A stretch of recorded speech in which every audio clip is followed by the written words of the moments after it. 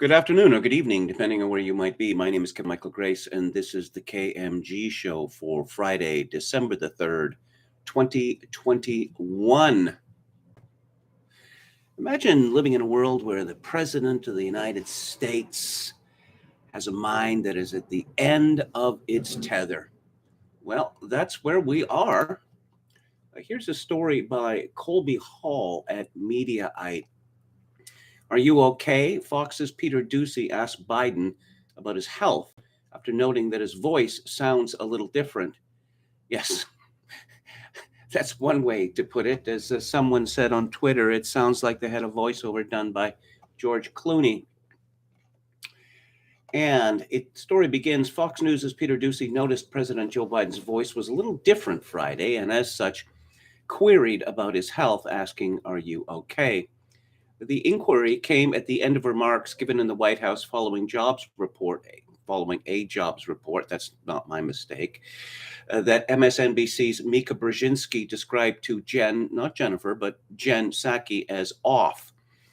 Fox News Chiron, however, blared disappointing, an assessment which was not unfair. Following the remarks, Biden took his first question from Doocy, who noted the president's gravelly voice.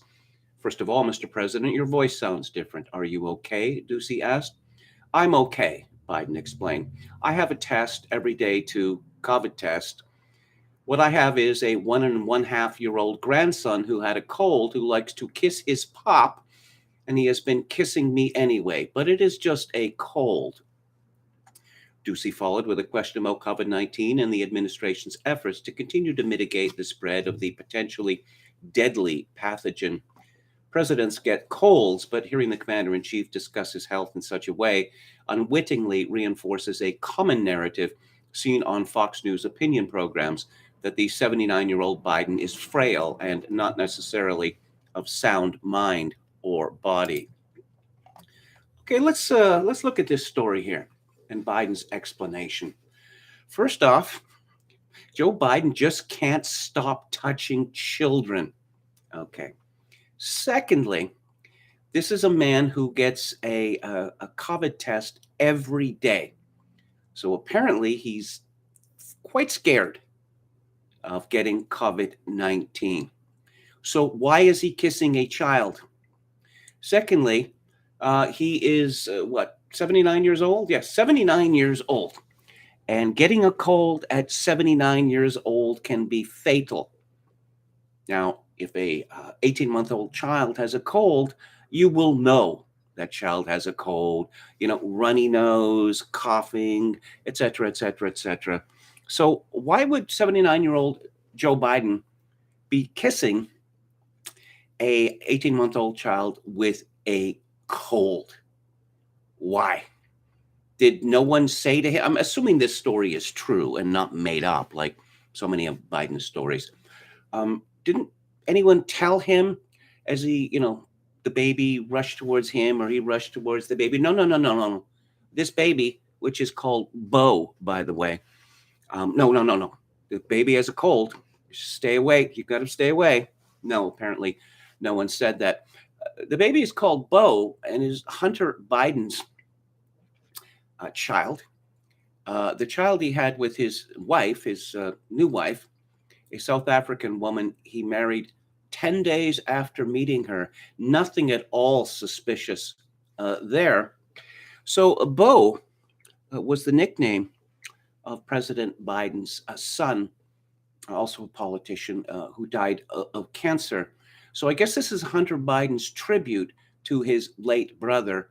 I guess his other tribute to his late brother was committing incest with the widow. Oh, and Hunter Biden is in the news because it turns out Lynn Wood leaked an email that 7 years ago, Tucker Carlson asked for Hunter Biden's help in getting his son into a particular college, which proves that Tucker Carlson is a hypocrite, of course. There's always the possibility that Tucker Carlson 7 years ago did not know the type of man that Hunter Biden is. There is always that possibility. And let's look at the chat. Hello to Dan, Anrun, Popcasso88, Head McNeck, respectable commenting name, William Hicks. What a beautiful day for an exorcism. Respectable commenting name says he's fine, healthy as a horse, hasn't felt this good since he flew to Israel during the Sixth World War with Martin Luther King Jr. to negotiate the fall of the Berlin Wall. Yes, Joe Biden said, what did he say today, that he'd been in Israel during the Six-Day War in 1967 as some sort of U.S. government official, which is obviously made up, and it's been pointed out that it was a lie. Other people rushed to Biden's defense, said, no, he was talking about the Yom Kippur War. Maybe. Hello to Dan and Choco Ken 666. Buddy says, Kevin, my father says Roberto Clemente was the most talented ball player ever. I say Mantle. My family's peace hangs in the balance. Please settle it. Thanks. The most talented ball player ever was called Babe Ruth. Mickey Mantle was my first hero, my first real hero after, Superman. I remember watching, you didn't get much baseball on TV in those days. You had the game of the week, and then there was the World Series, which was played during the day. So if you were in school, unless you skipped school, you didn't get to see it. But, I saw the Yankees on TV, and I read a lot about Mickey Mantle, and he had this kind of boyish swagger that appealed to me as a, 6-year-old boy. Hello to Gamion. Jim Smith says, I think Tucker has been friends with Hunter for quite a while. Dionysus says Seth Rogen is blaming white supremacy for the failure of his new movie. I have a segment on that. Pelcasso88 says, will Connor become president on Succession so the writers can dunk on Trump? I don't think so, because I don't think that Conor Roy is very much like Donald Trump. Conor Roy is running for president, even though he is, 50 years old, and has accomplished nothing in his life. Donald Trump built up a multi-billion-dollar real estate empire, was a very successful TV host, wrote a best-selling book, etc., etc. And as far as I can tell, Conor Roy's whole political platform is that taxation is theft, which is an obvious non-starter. A Canadian boy's first hero should have been a hockey player. I was madly in love with the Toronto Maple Leafs when I was a kid, but I suppose the problem was that I liked all of them. Dave Keon and Johnny Bower and Eddie Shack in particular. Not the most talented, but the scrappiest. In fact, my confirmation name, Edward, formerly for King Saint Edward the Confessor, is actually after Eddie Shack. I got to choose it myself. Mantle was more multi-talented than Ruth, though, pitching aside, said Buddy. Yeah, well, I can't leave the pitching aside. Winning 91 games on top of having the highest OPS in baseball history. Yeah, I think that's an unbeatable combination. Okay, so let's go to Eddie Scarry at the Federalist. Once upon a time, a long time ago, there was an American president who we were told was directly responsible for the spread of a highly contagious airborne virus. Today, we're told of the same virus, but with the new president, well, what are you going to do? Remember when containing and depressing the coronavirus was simply a matter of nationwide testing and contact tracing, plus the care of a president who wasn't Trump and who might cry on TV about the lives lost? Under President Joe Biden, we have all that with the added benefit of free and unlimited vaccines. But the virus has continued to spread. We're currently averaging just under 100,000 new cases, just under 60,000 hospitalizations, and more than 1,000 COVID-related deaths every day. Ahead of Biden's inauguration, new cases were in the beginning of a free fall. By late June, there were roughly just 11,000 new cases each day. Now we're averaging almost 10 times that amount. There's no reason you should be under the impression that Biden is competent enough to do what he said he would, which was to shut down the virus. That's a quote. Almost a year into his presidency, we don't even talk about ending the pandemic anymore. To the contrary, we're now talking about a new COVID variant. The administration no longer bothers pretending to promise to shut down the virus. Instead, Dr. Anthony Fauci, who claims to be the physical embodiment of science, said of the South Africa-born Omicron variant last weekend that inevitably it will be here. Yes. The first recorded case in the U.S. was this week. So much for the supposed cures of testing, tracing, masking, and vaxing. Those were supposedly the tools to end the spread, at least in the United States. Now Biden essentially says those tools do nothing for us. Asked Friday at the White House by Fox News' Peter Doocy if the plan was no longer to shut it down, a sickly Biden went into his plain truth shtick. Well, we've got to beat it back before you shut it down. He said, look, it's going to take time worldwide. In order to beat COVID, we have to shut it down worldwide. Folks, a lot of this is out of his hands. You know, we're starting to make some real progress, and you find out there's another strain, Biden said. And the idea that you can build a wall around America to keep any COVID from around the world out is not there. Folks, what do you expect him to do?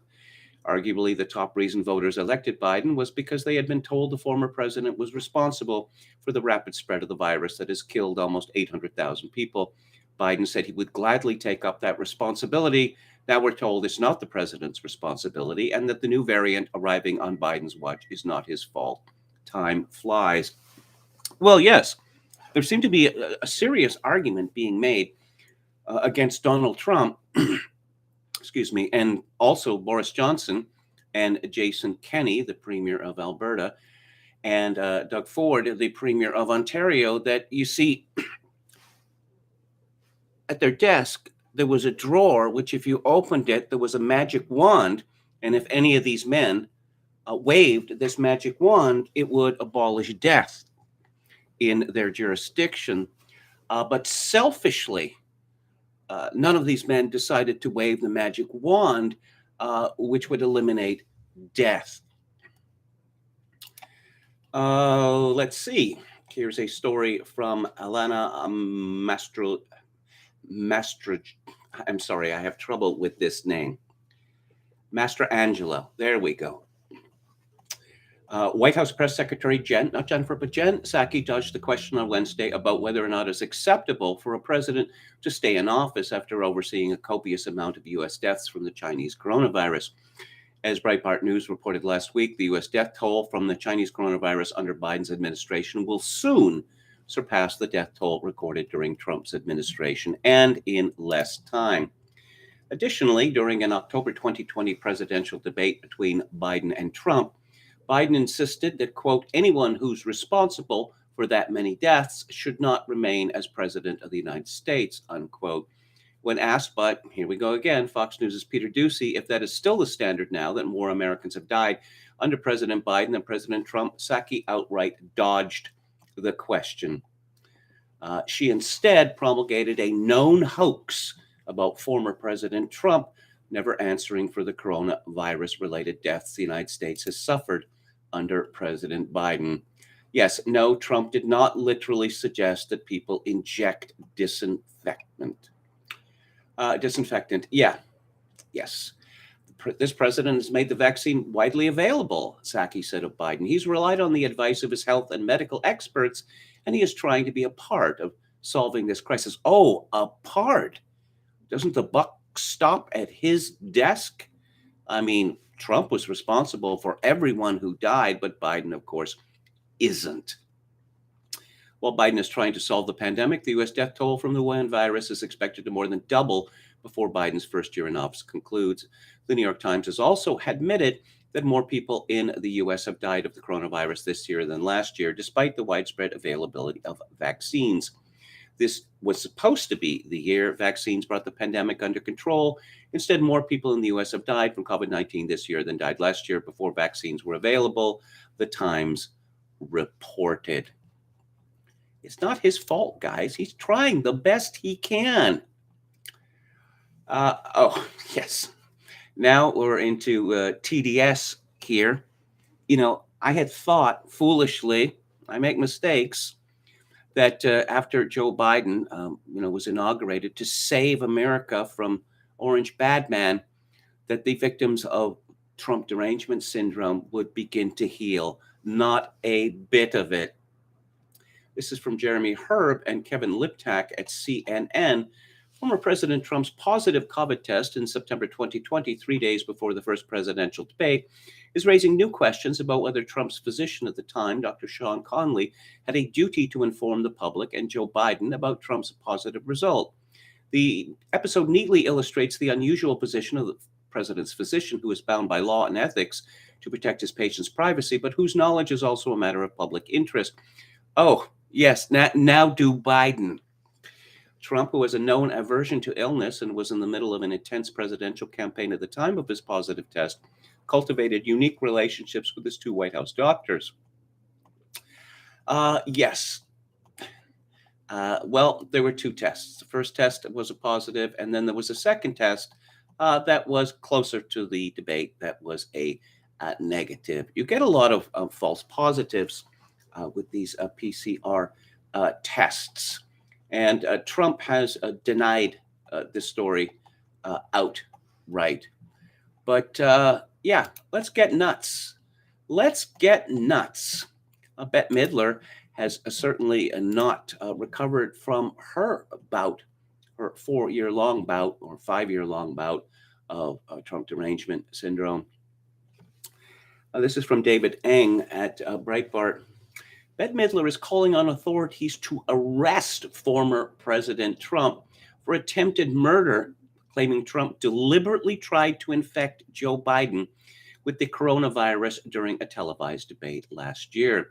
In an impassioned tweet early Friday, Midler claimed Trump knew full well he was positive with COVID-19 before the debate, but deliberately turned up too late to be tested.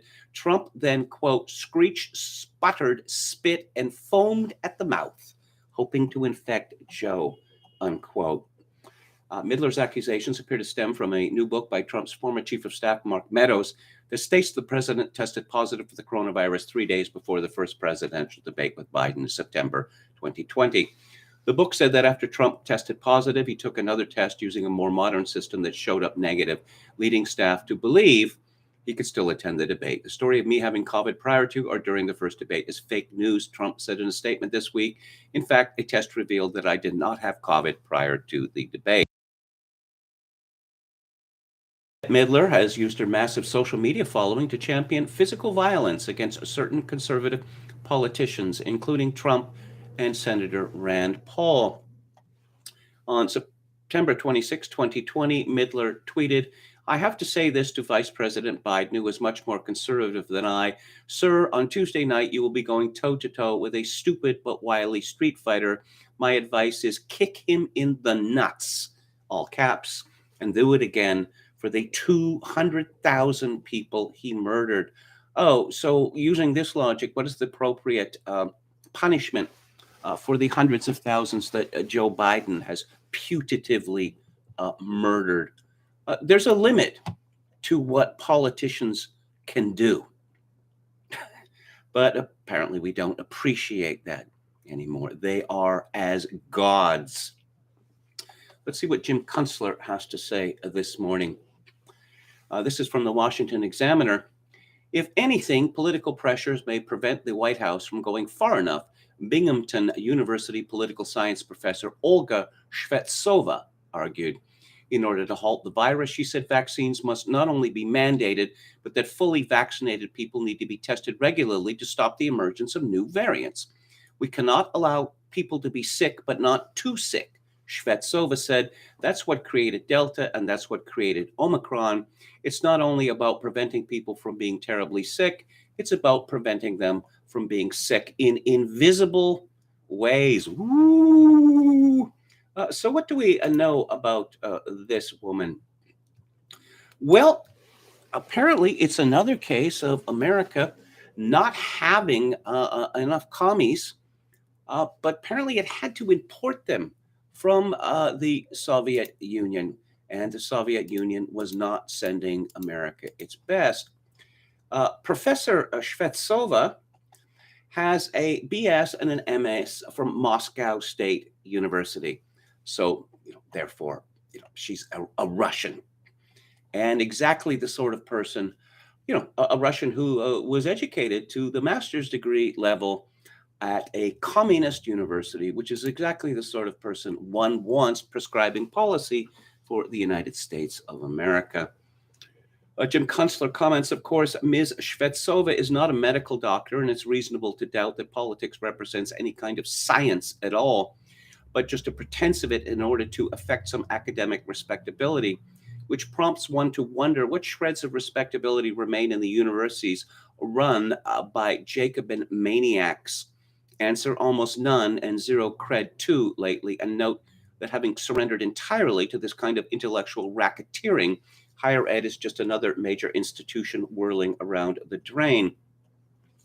There's a lot to marvel at, though, in the manifold insanity of Shvetsova's quoted views, starting with her overall totalitarian gusto. No ambiguity there about the need for coercion for pushing people around, with no reference to legal niceties. Note, political science is a field apart from the study of law, which doesn't pretend to be science. The bit I love most is it's about preventing citizens from being sick in invisible ways. Huh? You know what else is invisible? Your thoughts. You could be harboring hostile thoughts about the folks who seek to push you around, which could lead to the accusation that you are an enemy of the state. Professor Shvetsova was not the only one out of her lane in the COVID Thunderdome this week. Wall Street shill Jim Cramer took a few minutes off from pimping stocks on a CNBC show to declare that the U.S. Army should be used to force vaccinations on the vax-resistant. Acting President Anthony Fauci and his political advisor, Joe Biden, used the hatching of the Omicron to beseech the multiply vaxxed to booster up. Yes. And then he talks about efficacy and risks. Meanwhile, the emerging reality of Omicron is at a much lower transmission coefficient than its predecessor, the Delta variant, and produces only mild symptoms of illness. Someone should tell Acting President Fauci that Halloween is over and he can stop trying to scare everybody.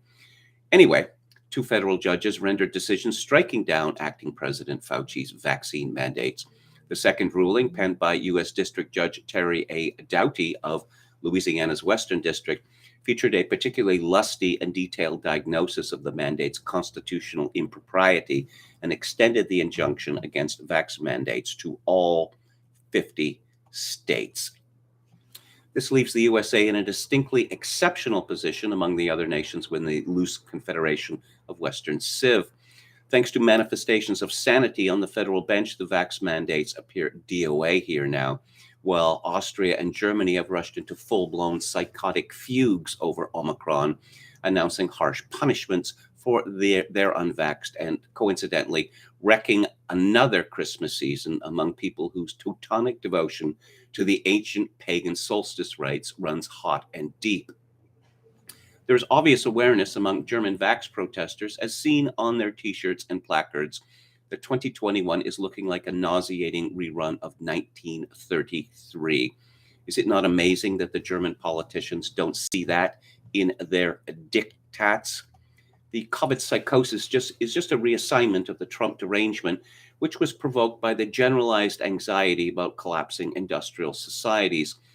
The reasons for the collapse are not hard to grok: a declining resource base, especially affordable, economically plausible oil, a financial system purposefully detached from on-the-ground material reality, and sets of grossly foolish overinvestments in complexity in the techno-narcissistic effort to work around all that.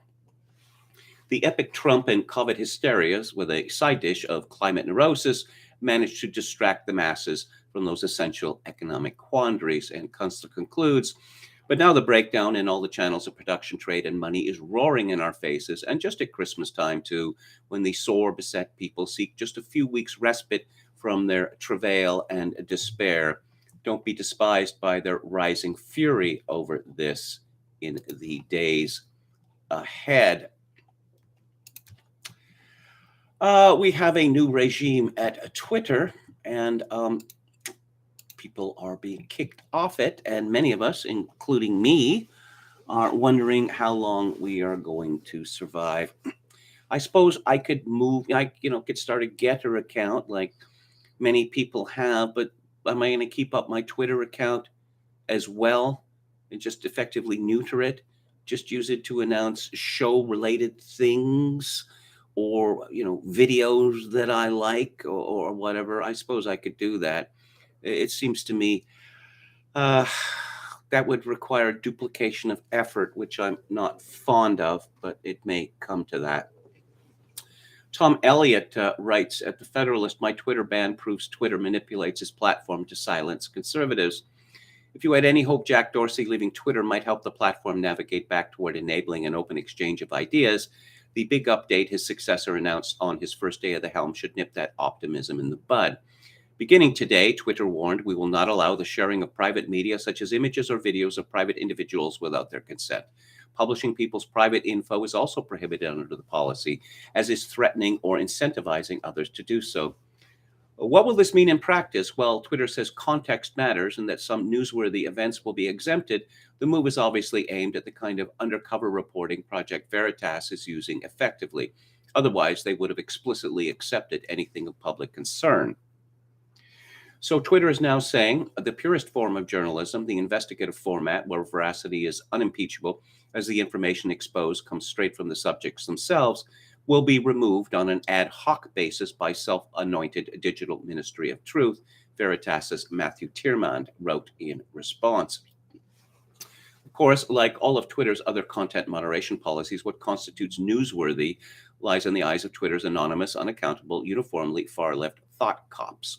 As I've documented before, these rules are purposefully ambiguous, so Twitter's technocrats can freely delete ideas they dislike while promoting those they prefer.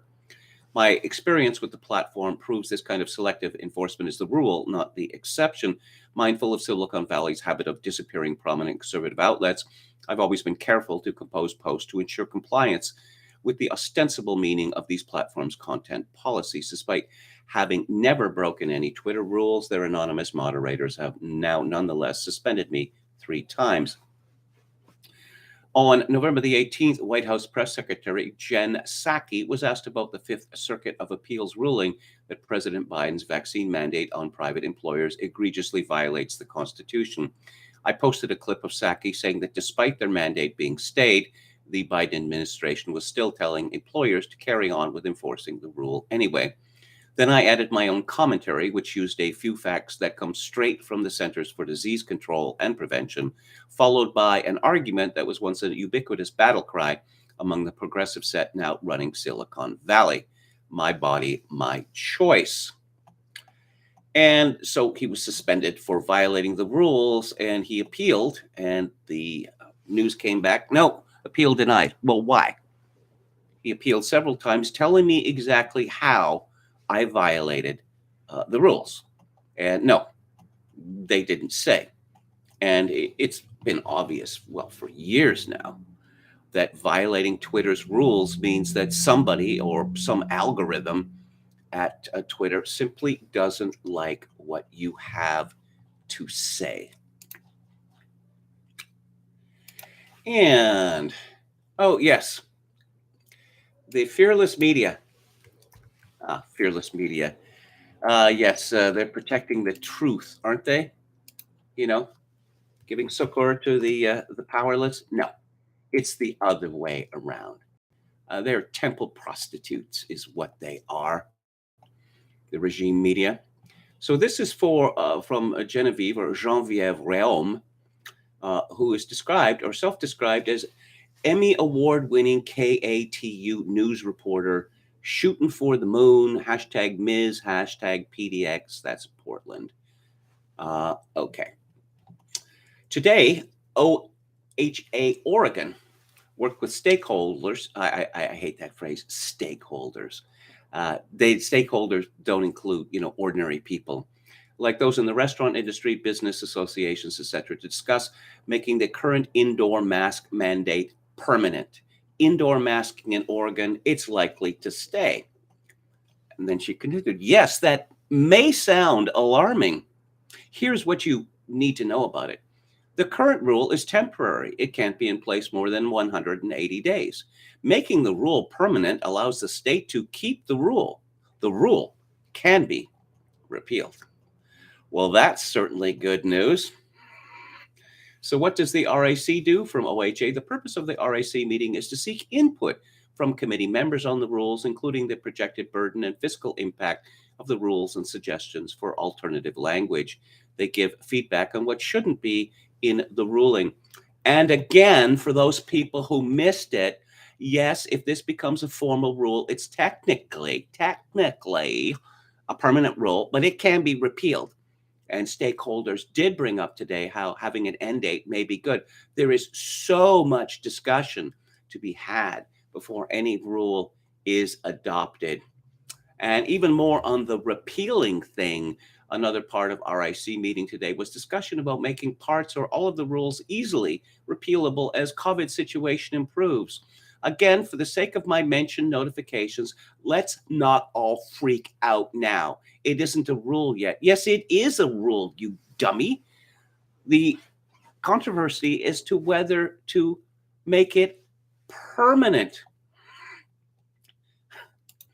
Yes, fearlessly fighting for the truth and for the little guy is the regime media. Masks, don't you just love them? I don't know. You know, when I go downstairs and I pass through the lobby and I see the clerks, behind the glass there, check-in clerks, and they have to keep the mask on during their whole shift. And I'm thinking, if I had a job where that was the case, I would not so slowly go insane. And maybe like Annie in Community, I would run through a plate glass door screaming, "You're all robots!" This is from Brandon Gillespie at Fox News. Dr. Anthony Fauci, aka The Science, on Wednesday advised viewers of a CNN town hall to wear a mask indoors even if they're fully vaccinated against the coronavirus and received the vaccine booster. So that would be 1 jab, 2 jab, 3 jab. But you got to wear masks because otherwise you might be infected. So doesn't this raise the question, does the vaccine have any efficacy now? While virtually participating in the town hall focused on the pandemic, Fauci told the audience, in contrast to CDC mask guidance, to wear a mask while congregating with people indoors if they are unsure of everyone else's vaccination status. Yeah. Is that what are you going to ask them? Or do they have to, hey, prove it. You, let's see those smartphones. Let's see that QR code. Is that what's supposed to happen when people are indoors now? I don't know. Of course, we remember seeing Dr. Fauci at a Washington baseball game last year. And there he was, cheek by jowl, I think one person to the left of him, one person to the right, and gabbing away, having a great time, not wearing a mask. Perhaps he's merely forgetful. Let's look at the numbers on the ground in Ontario, Canada's most populous province. This is from Chris Herholt at CP24. Ontario reported 1,031 new COVID-19 cases and 4 additional deaths Friday, the first time overall case counts surpassed 1,000 since late May. Why does this keep happening? Why does it keep getting worse? Again, it must be, miasma or an imbalance in the humors. The last time Ontario reported more than 1,000 cases was on May 30, when most activities were heavily curtailed under the province's final stay-at-home order. The Ministry of Health said 504 of Friday's cases involved unvaccinated people, 27 cases involved partially vaccinated people, 442 involved fully vaccinated people, and the vaccination status of 58 other cases were not known. Yes, and now we have the explainer. Ontario's COVID-19 Science Advisory Table still finds full vaccination reduces relative risk of infection by 82%. hospital admission by 94%, and ICU admission by 97%. Okay, leaving aside partially vaccinated, we're seeing a few days ago the number of new cases, the majority were fully vaccinated people. And yet the science advisory table is still telling us, no, reduces by 82%. How can that be possible? How can that be possible? The National Advisory Committee on Immunization concurred Friday with the decision to lower eligibility to 50 plus for the third dose, and went a step further to suggest that anyone 18 and up should get a third dose if they live in an area with poor healthcare access, high rates of transmission, or other factors making them more vulnerable to infection. The province is also continuing to immunize 5 to 11 years old and is now offering a fourth approved vaccine, the one-dose Janssen shot by Johnson & Johnson, for the first time. Okay, but if you get the J&J jab, do you still need boosters? Infectious disease specialist Dr. Isaac Bogach, who is truly ubiquitous now, says there is initial early and non-peer-reviewed data coming from South Africa that Omicron may more easily reinfect people who have been vaccinated or recovered from a prior infection. More easily reinfect people who have been vaccinated. And you know what we should do because of that? Get vaccinated again and again. The vaccines, the efficacy of the vaccines has cratered. Solution: more shots. Okay. But of course, this is in Canada, where panic and smugness, that's a nasty combination, wouldn't you say? Panic plus smugness. That's the order of the day.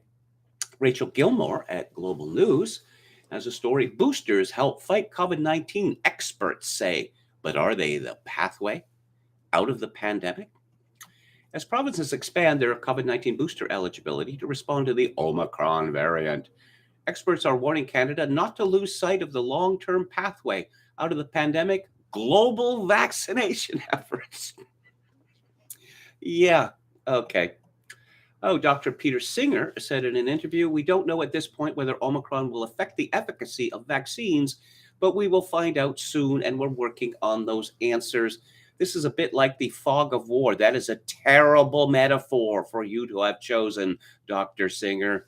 The early reports are not necessarily reliable or accurate, so the best thing that we can do is be patient and be prudent.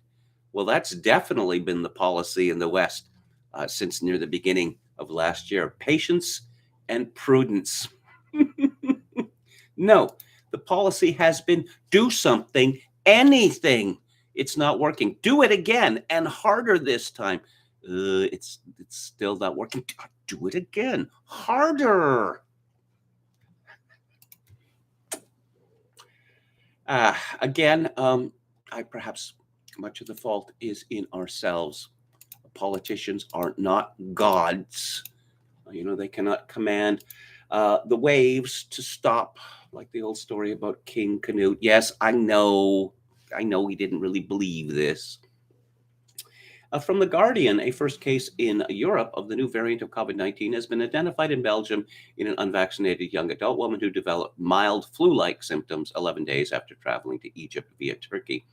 The patient did not report any links with South Africa or other countries in Southern Africa. None of her family members have developed symptoms. The patient was said to have a high viral load at the time of the diagnosis by researchers at the universities.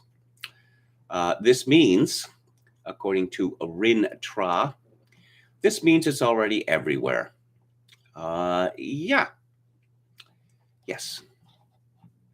How many people, say in North America have had COVID-19? And given how many people have had it, and compared to the much, much, much smaller number of the people who have died, what does that tell us? And, the average age of when they died, which last time I checked in the province of Alberta, where Jason Kenney is a monster, was 79 years of age, which is pretty much average longevity. there. This is from Kane at Citizen Free Press.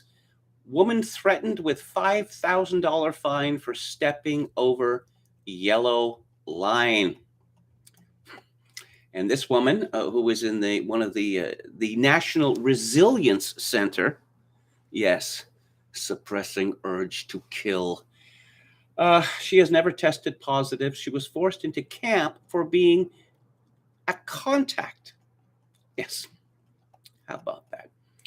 From Unheard, Haley Hodgson, 26, has just been released from a 14-day detention at the Howard Springs quarantine facility in Australia. She explains how police officers came to her home and took her away. No, this is in no way a sanitary dictatorship. Why would you say that?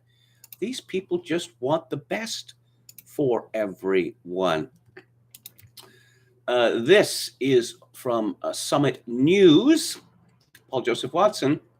An investigation by experts in Spain has concluded that vaccine passports have no significant impact on reducing COVID-19 infection rates.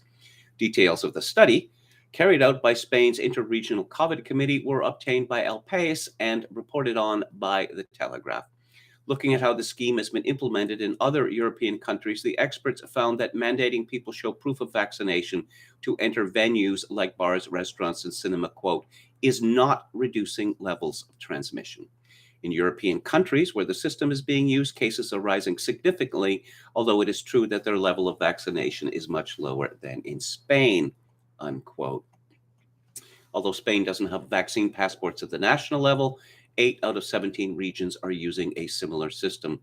The researchers also concluded that vaccine passport schemes contribute to a false impression that vaccinated people do not get infected, when in fact around 40% of those vaccinated are susceptible to infection and transmitting the infection, the report states. And Eugipius, who I've mentioned many times here, is not on Twitter anymore, and there was a minor freak out about that. But it seems from reliable sources that he feared that he was going to be banned from Twitter, so he voluntarily went offline for some time. UK HSA efficacy stats death watch week 48. Not much has changed in the UK HSA week 48 COVID-19 vaccine surveillance report. Cases by vaccination status, vaxxed versus no vax. And the vax lead, sometimes heavily, almost twice. Let's see. It's almost the same in 18 to 29.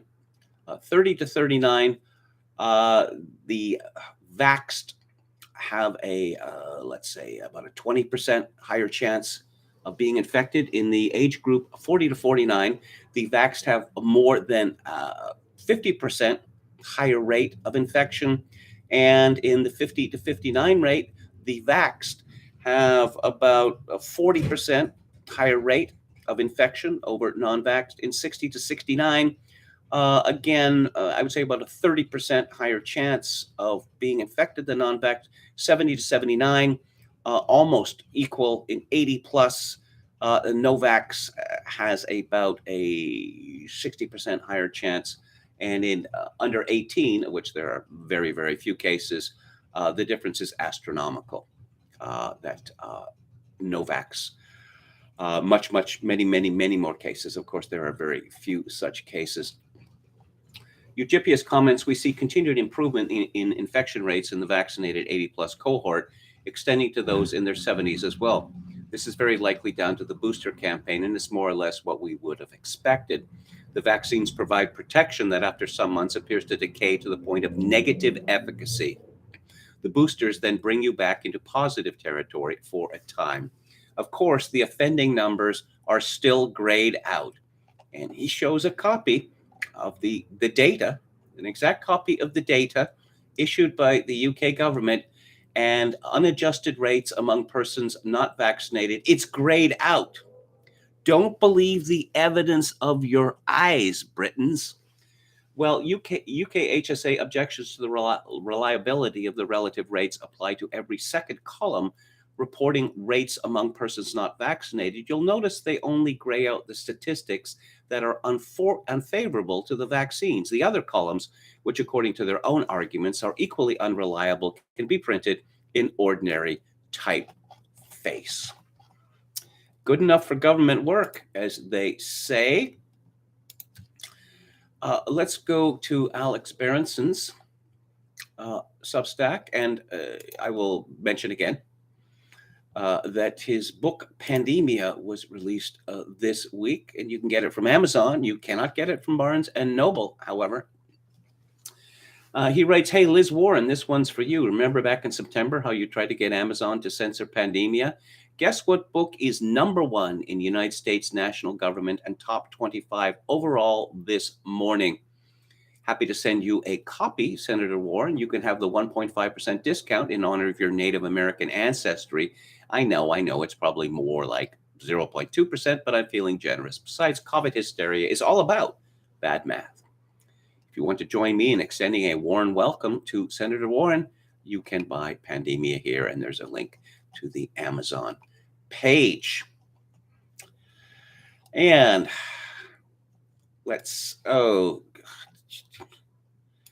not as bad as, New Zealand or Australia, but just how would I say, the crippling of the English spirit is of great sadness to me. This is from the Daily Mail. Another 75 cases of Omicron COVID are found in England. UK total doubles as health chiefs reveal the majority of sequenced supervariant infections are in fully vaccinated people. And how long is the panic going to last? Well, SAGE, which is the scientific organization, which is almost completely responsible for the panic in England, and produced modeling by the infamous Neil Ferguson, which projected stupendously wrong numbers in both the United Kingdom and in the United States. In the minutes from SAGE's 97th meeting on COVID Monday, the group said the emergence of Omicron meant vaccine passports and reducing social contacts through working from home were highly relevant. And apparently, this madness is going to continue. Yes, here we go. The meeting, chaired by England's Chief Medical Officer, Professor Chris Whitty, and Chief Science Officer, Patrick Vallance, concluded that the strain's infectiousness was undisputed, but evidence of its effect on vaccines is still murky. They said continued monitoring and active measures would be required until 2026, although they did not stipulate what these may involve. And it's almost like, I suppose this is a result of the internet culture. Oh, we're so excited about this thing, and it's the most exciting thing ever. And let's just stay on the internet all day long and read about this terribly exciting and dangerous thing. Now we're bored. We're bored now. Do you have another story which is going to scare us to death? Yeah, here it is. Oh boy, now I can spend all day on the internet worrying myself to death. And, oh yes, in more English news, there is a tradition in Britain where the #1 song at Christmas is the subject of considerable excitement. And something called the Ladbies have won it 3 years in a row. But now we have Adele, we have Ed Sheeran and Elton John getting together.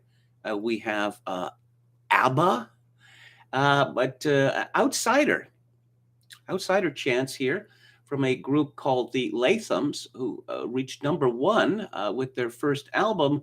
And their Christmas song is a horror song called Krampus. Yes, after the monster. Here are the words. Like trying to hear snowflakes, no one can hear my call, consuming all the voices, dampened by the snow. You better not cheat, and you better not cry, and you better not lie. I'm telling you why. Santa ain't coming this year. Your Christmas will be canceled anyway. You might as well enjoy your time today. Constitutions. I don't know what that is in reference to, but it's repeated many times in this song. The florists are burning and the end of the world's coming, but we will be okay because we live in Wigan, where the carolers will be singing, and they're sheltered by the rain, lighting into the fire with a pocket full of wire. I'll turn to your souls. Meet me after midnight when the night is ours. Your Christmas will be canceled anyway. You might as well enjoy your time today. Yikes. And I guess that's what they call the bulldog spirit, is it? And let's take a look at dailyskeptic.org, formerly Lockdown Skeptics. Scientists push for tougher COVID rules even before UK's first Omicron case, reports The Telegraph. German MEP demands answers. When will vaccine deaths be counted? Instead of pushing more people to get injected, Nicolas Fecht believes that the whole, I'm not going to repeat that word, needs to be put on hold until there is more research done on the alleged efficacy and reported side effects associated with the injections. Yes, more than half of Omicron cases in England are in the double jab, reports The Guardian. You know, when even The Guardian is reporting this, isn't it obvious that the jig is up? The PC war on Christmas is no right-wing myth. From the EU to the Cabinet Office, our elites really are uneasy about the C word, writes Patrick West in Spiked. Italian man attempts to fool vaccine mandate by wearing fake arm. Bravo. Bravo. Made of silicone. Scottish children left to learn in the cold as windows must be kept open to stop COVID. How much of this is just sadism? Lockdown has led to vulnerable children being abandoned, says former children's commissioner. And yes, let's take a look at the chat. Okay. Denny McDougall says, speaking of Christmas songs, I've always liked Father Christmas by the Kinks. Yes, Wizard had a big hit with their Christmas song written by Roy Wood, which gets trotted out every year. And of course, there is Slade's Merry Christmas, Everybody. Channel 4's Star Stories had this hilarious bit going back to Christmas #1 that Simon Cowell used his power to get the Christmas #1 year after year after year after year. And they show him in bed, a la Dick and Scrooge, when the ghosts of Christmas #1's past, including Cliff Richards and Noddy Holder from Slade, show up, demanding that Christmas songs actually have something to do with Christmas. And Simon Cowell isn't scared by the ghosts; he just drifts back to sleep. Respectable commenting name says all of it is sadism, Kevin. They were putting 2 masks on their own infants. Those wacky Italians, says Dr. Dead Name. I Believe in Father Christmas by Greg Lake, says Hauper. Adeste Fidelis, O Come All Ye Faithful, is the best Christmas song, says Anne Run. That's certainly my favorite. Don Willis likes Merry Christmas, I Don't Want to Fight Tonight by the Ramones. I have a fond memory of being in Catholic school and singing Adeste Fidelis in the original Latin. I like Father Christmas lyrically, but it's so depressing to hear around the holidays. Says Oscar Toe. Chad Chadson, hello to our valiant moderator. Thank you for your service. I was sick for about a day, though. Where exactly is Wigan? It's near Wigan Pier. It's near Manchester, isn't it? The Road to Wigan Pier, an Orwell book. The elites sure are adept at routinely demonstrating how helpless the rest of humanity is with or without them, says Brandon Smith. It's strange that some get COVID and say it feels like some synthetic illness never felt before, and people like Chad, it's basically nothing, says Oscar Toe. My kitchen looks like the set for Tarkovsky's Stalker, says Red Sulfur. Brandon Smith says Luke must be dumbfounded why there's no audience interested in hearing how to re-enter the Matrix. Oh, Chad Chadson early explained, my mom gave me the coof for Thanksgiving. I got 2 weeks off work and renovated my master bathroom. Great to hear it. Okay, do we have anyone else here in the chat?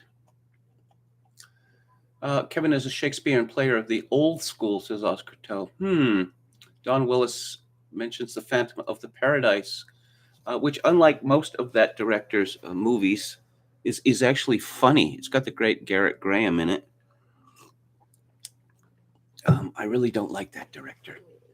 I really don't. Is that animal rights, Peter Singer, says Chogokin 666. I don't think so. I could be wrong.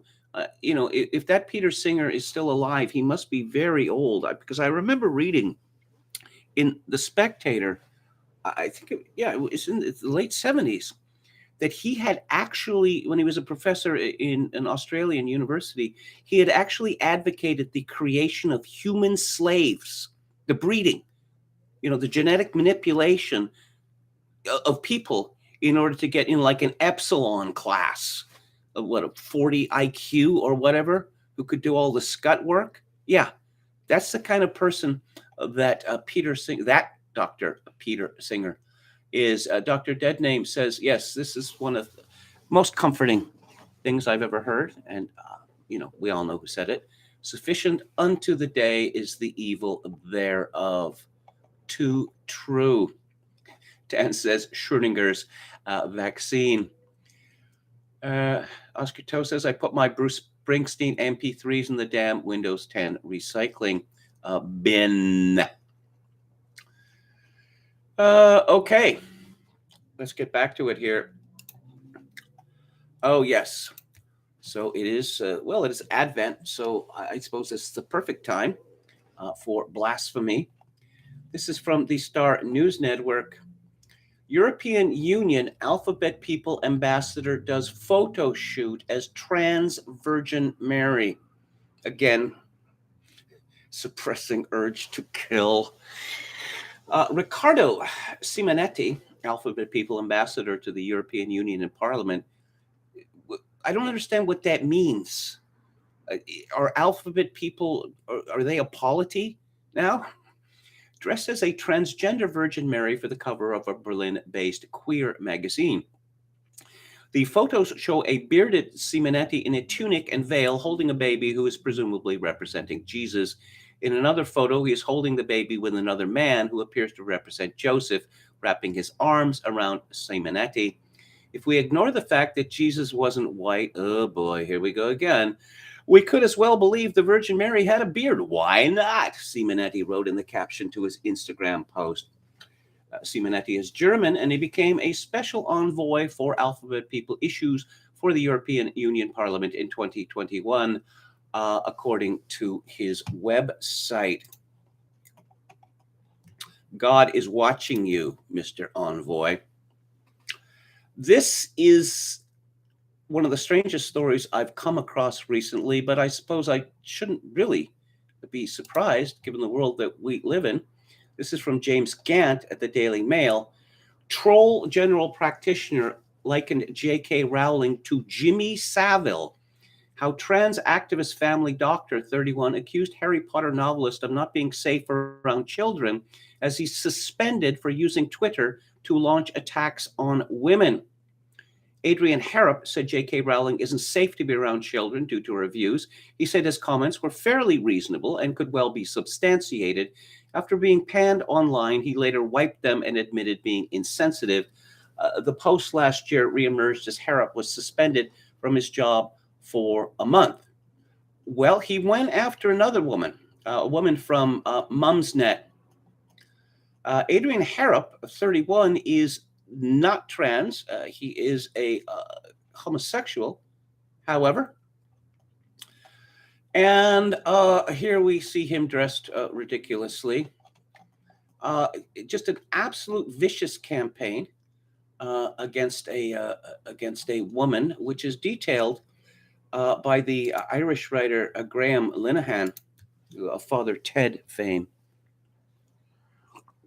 and the IT crowd, which is a particular favorite of mine. Graham Linehan has taken a very strong view on women being women and against those who would seek to erase women. Because, the trans people are always complaining that people are trying to erase them. No, it is they who are trying to erase women, erase the very concept of women. And Linehan has paid for this dearly. He writes in his Substack, Carolyn Farrow is a broadcaster who received some media attention in late 2018 for stating the suddenly taboo fact that people cannot change sex. Unfortunately for her, this brought her to the attention of Dr. Adrian Harrop, who had already demonstrated his contempt and hostility towards any women who dared speak that view aloud. It struck me last night that if you've ever heard the spiel from the Black Israelites, they say the real Jews are Africans. The spiel from the trans lobby is remarkably similar in its insanity. The real women are men. We're going to tell you women what's what. Of course, men can give birth. Of course, men can menstruate. Of course, men can breastfeed. Well, of course. So, yes, Harrop sent a tweet saying, I want you to apologize for what you've said. Delete all of your tweets that include transphobic hate speech, and I want you to delete your profile and get off Twitter forever. You will learn a valuable lesson from this. Carolyn's husband is a Catholic priest at 2 parishes, and in 2019, Harrop asked Stephanie Hayden for a game of golf using a picture of one of her husband's churches. Hayden famously has a conviction for attacking a man with a golf club. Hayden had by this point launched legal actions against several people over their views on the debate and turned up at her house to serve her papers. This image was taken by Farrow inside her home shortly after the golf club tweets were posted.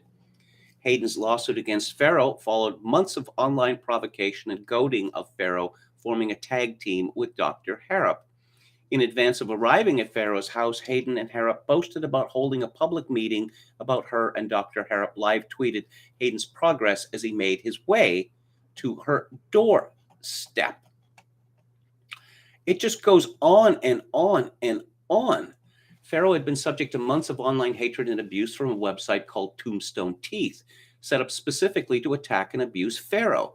At one point, the website's authors demanded she donate money to Stonewall, which is a Alphabet People Rights organization, in order to make the abuse stop.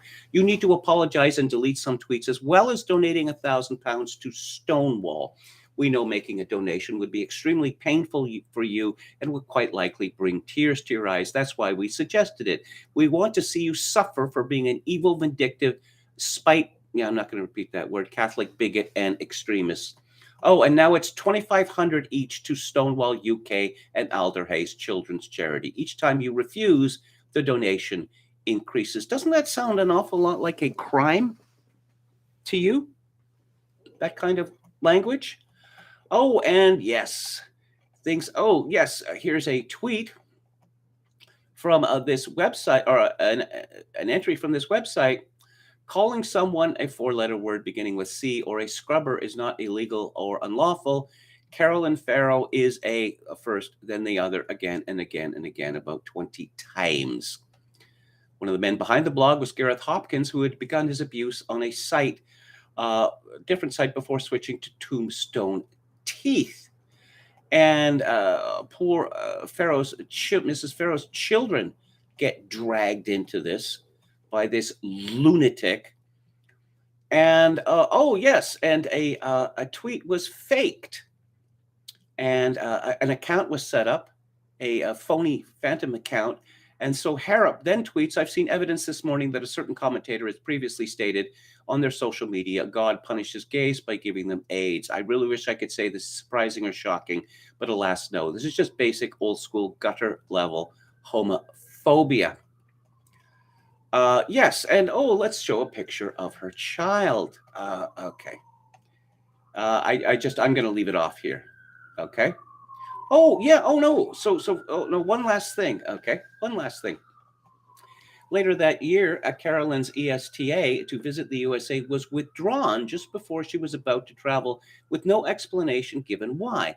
At the same time, Dr. Harrop revealed he just visited the US Embassy in London. And these are the people that we are forced to take orders from. I wonder how long this can be sustained. I wonder how long. And more about Bill C4 in Canada. This is from, let's see, Jack Bingham at LifeSite News. The Canadian House of Commons Wednesday unanimously passed a radical and sweeping pro-homosexual bill that seeks to ban so-called conversion therapy in all its forms. Bill C4 was passed without debate.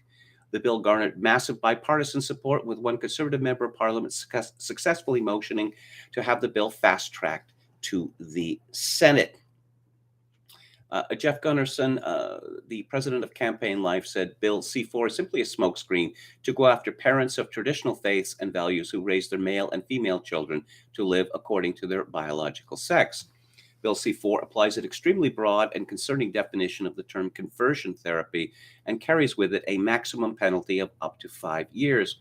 The term includes, quote, any practice, treatment, or service designed to change a person's sexual orientation to be heterosexual, change a person's gender identity to cisgender, change a person's gender expression so that it conforms to the sex assigned to the person at birth, repress or reduce non-heterosexual attraction or sexual behavior, repress a person's non-cisgender gender identity, or repress or reduce a person's gender expression that does not conform to the sex assigned to the person at birth. You notice this, change a person's sexual orientation to heterosexual.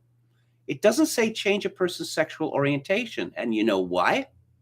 Because if it just said sexual orientation, then these gay straight alliances, or grooming parlors, as I like to call them, they would be illegal, wouldn't they? Because that's their whole point. Oh, have you ever thought you might be gay? Come on, you must have given that some thought. I mean, everybody does. I want you to come and, and join this group. That's going to help you on your journey to gayness and your new, what do they call them? Sparkle families or something like that. Oh, let's talk about Seth Rogen. And Christmas has come early for KMG. Steve Watson at Summit News. Seth Rogen claims white supremacy is to blame for his abysmal Christmas show failure. Comedian Seth Rogen took to Twitter Thursday in a public meltdown during which he pinpointed white supremacy as the reason why his new Christmas show, Santa Inc., has received such an abysmal reaction from audiences. We really pissed off tens of thousands of white supremacists with our new show, Santa Inc., which is now available on HBO Max, Rogen tweeted. Rogen is referring to the adult animated show's characterization of Santa as the stereotypical old white male that Hollywood liberals love to hate. The plot of the series focuses on a young female elf who wants to become the new Santa, while Santa himself is portrayed as a ruthless, uncaring, and vulgar head of a corporate operation. In the trailer, one of the characters notes the position of Santa has mostly been a white man's game, while another adds, let's go over what we know. Santa and the board are all male and all whites. They play golf, drink, smoke cigars, say things like, don't ever marry your mistress. In another part of in a trailer, the elf, voiced by, of course, Sarah Silverman, says to Santa, more Americans believe in you than they do vaccines and the Holocaust. Yeah, because that's you want to talk about the Holocaust in the show about Santa Claus, to which Santa replies, sounds great. I mean, disheartening for America, but great for us. Practically every other word in the show is unnecessarily the word F, effing, or bitch, where there probably should be actual jokes.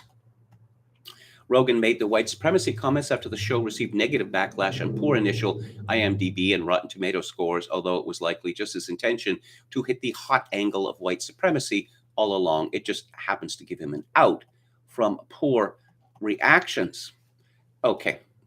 So, oh no, it's time to shine the bat signal, or the fat signal in this case, because Seth Rogen is in trouble. And daily.com rushed to his rescue. Anti-Semites, Holocaust deniers flood comments on trailer for Seth Rogen Christmas movie. Comments on the YouTube trailer for Santa Inc. are being celebrated by far-right extremists. Anti-Semites and Holocaust deniers are brigading the comment section of the trailer for an upcoming HBO Max Christmas special. Brigading refers to coordinated trolling campaigns. Many of the comments clearly violate YouTube's policies prohibiting hate speech. It's not clear precisely what attracted the attention of anti-Semites and Holocaust deniers. Really? Really? Claire Goforth, if that is your real name? You can't figure it out? Can you? I'll have a little bit more about that in a minute. That two Jewish people, Silverman and Rogen, are starring in a Christmas special seems to have factored in as many of the comments reference their religion. Oh, who started this? Who started this? Because Seth Rogen tweeted that, yes, I'm living every Jewish kid's dream of being Santa Claus. Is that really every Jewish kid's dream? He brought it up first. Far-right groups and figures are also circulating a list of people involved with the production, identifying those who are purportedly Jewish or sympathetic to the Black Lives Matter movement. Seth Rogen, Sarah Silverman, Leslie Grossman as Cookie, a gingerbread woman, Gabourey Sidibe as Goldie, a bisexual reindeer. Oh, boo, groan, hiss. Okay. So I know that some Jews have a problem with Christmas and some Jews don't. However, Christmas is what it is. I suppose those people who hate Christmas can take comfort in the fact that Christmas has become thoroughly secularized and is now, for most people, a celebration of consumerism and excess of all kinds. But no, that isn't enough. So, instead of talking about Jesus Christ, let's talk about Santa Claus, or Father Christmas, as they call him in Britain. Because, Santa Claus is the fellow who brings toys, and everybody loves toys, right? Even adults love toys now. So Seth Rogen has decided to go after Santa Claus. And, Seth Rogen has the reverse Midas touch. Everything that he touches turns to lead. I could use a more profane and ugly word, but yeah. How about Sarah Silverman? Sarah Silverman ever had anything to say about Jesus Christ? Why, yes, she has. I would kill Christ again. That's an exact quotation from Sarah Silverman. Okay. So I watched a video, and I'm not going to watch the 8-part series Santa Inc., but this is a Christmas special with Sarah and Seth, a special visitor, and comments are turned off. Golly, I wonder why. I wonder why. This has only 99 thumbs up. If Seth Rogen is so very popular and, apparently he's being brigaded, couldn't he bring in his own brigades? Couldn't the shitlibs, assemble to bring up the likes?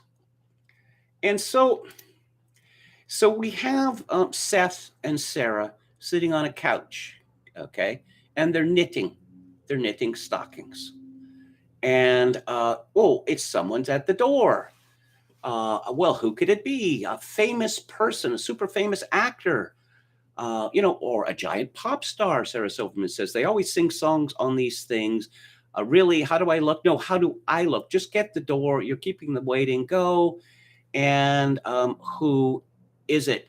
Well, it's Craig Robinson, looking really nastily smug. And they make fun of him for being, just Craig Robinson, And so he's holding a present which is in the shape of a cross. Okay. And he sits at a piano and he says, "Do you want to sing some holiday shit?" Okay. And it's a Christmas miracle. No, actually, it was just a fancy edit. Well, a good editor is hard to find, so I'm calling it a miracle. Ha, ha, ha, ha, ha. What do you guys want to sing? Maybe a little Silver Bells? Oh, I love Silver Bells. Sarah Silverman says, but it's written by a Jewish person, and I want to feel like we want something like a little more Christian. Yeah. And apparently the Daily Dot can't understand any reasons why people would be attacking Seth Rogen. How about chestnuts roasting on an open fire? And the gag is, oh, that was also written by a Jewish person. Oh, you know what? Let us know. Guess what? And Seth Rogen is sitting there going, Jew, Jew, Jew, Jew, Jew. Wow, a lot of popular songs were written by Jews? I had no idea. Next, you're going to be telling me that Irving Berlin was a Jew. They end up with, Christmas tree. Actually, Sarah Silverman just said Jew, Jew, Jew, Jew. Yeah, like, so who's bringing up that they're Jewish? Huh? Who started this? So, Tannenbaum. Oh, you know what's special about Christmas? Says Seth Rogen, Mushu pork. Because of course. And so Craig Robinson starts singing, "Oh Christmas Tree, Oh Tannenbaum," and then we get no Tannenbaum. That's Jewish. No, it's German. German tree, Christmas tree, and then some seemingly out of nowhere we get some. Oh, Murray Tannenbaum, he's my dentist. And then there's some reference, seemingly some reference to Inglorious Bastards, about having the Jews killing Germans, which is what Christmas is all about, apparently.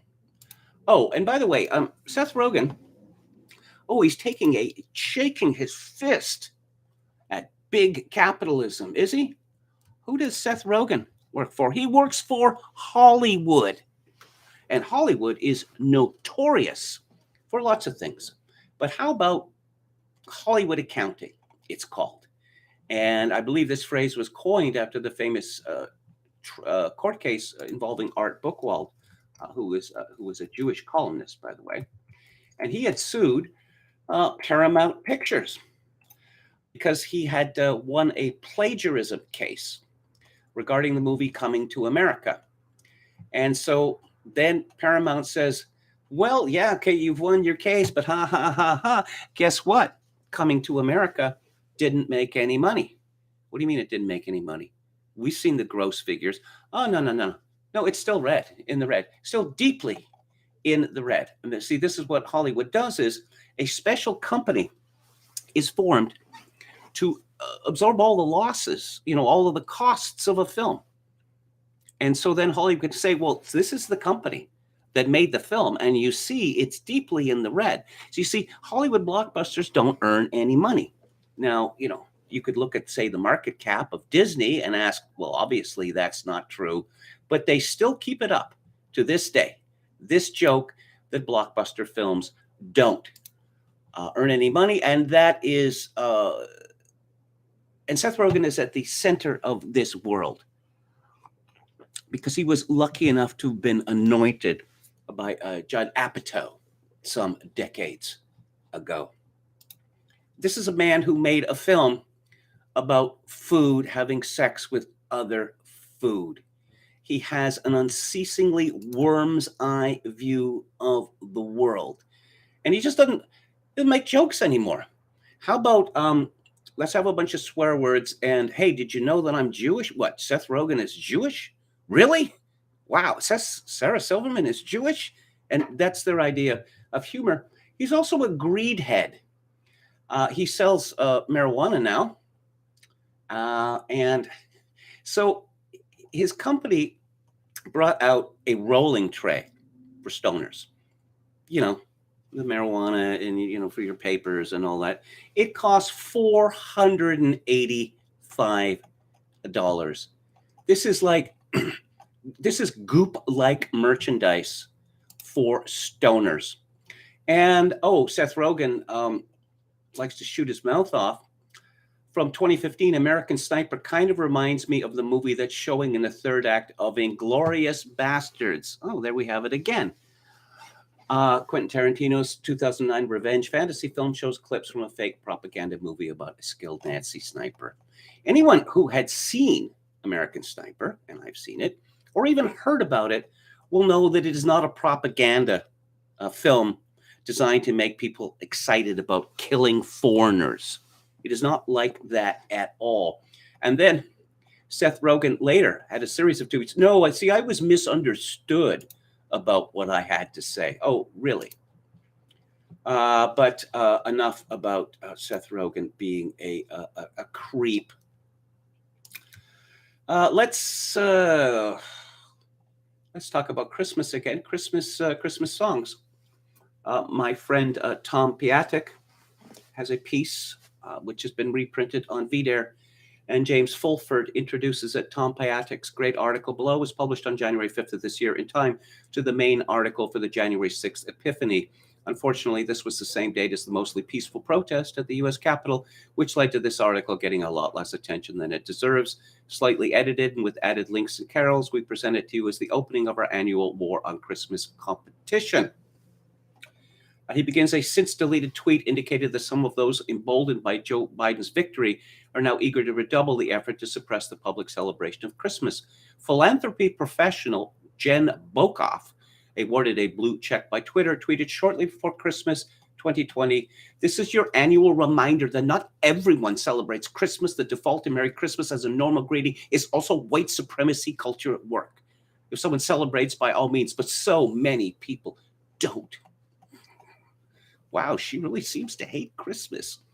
Shortly after Christmas, the person the Washington Post once promoted as, I kid you not, its conservative representative, Jennifer Rubin, used her blue checkmark to write something very similar.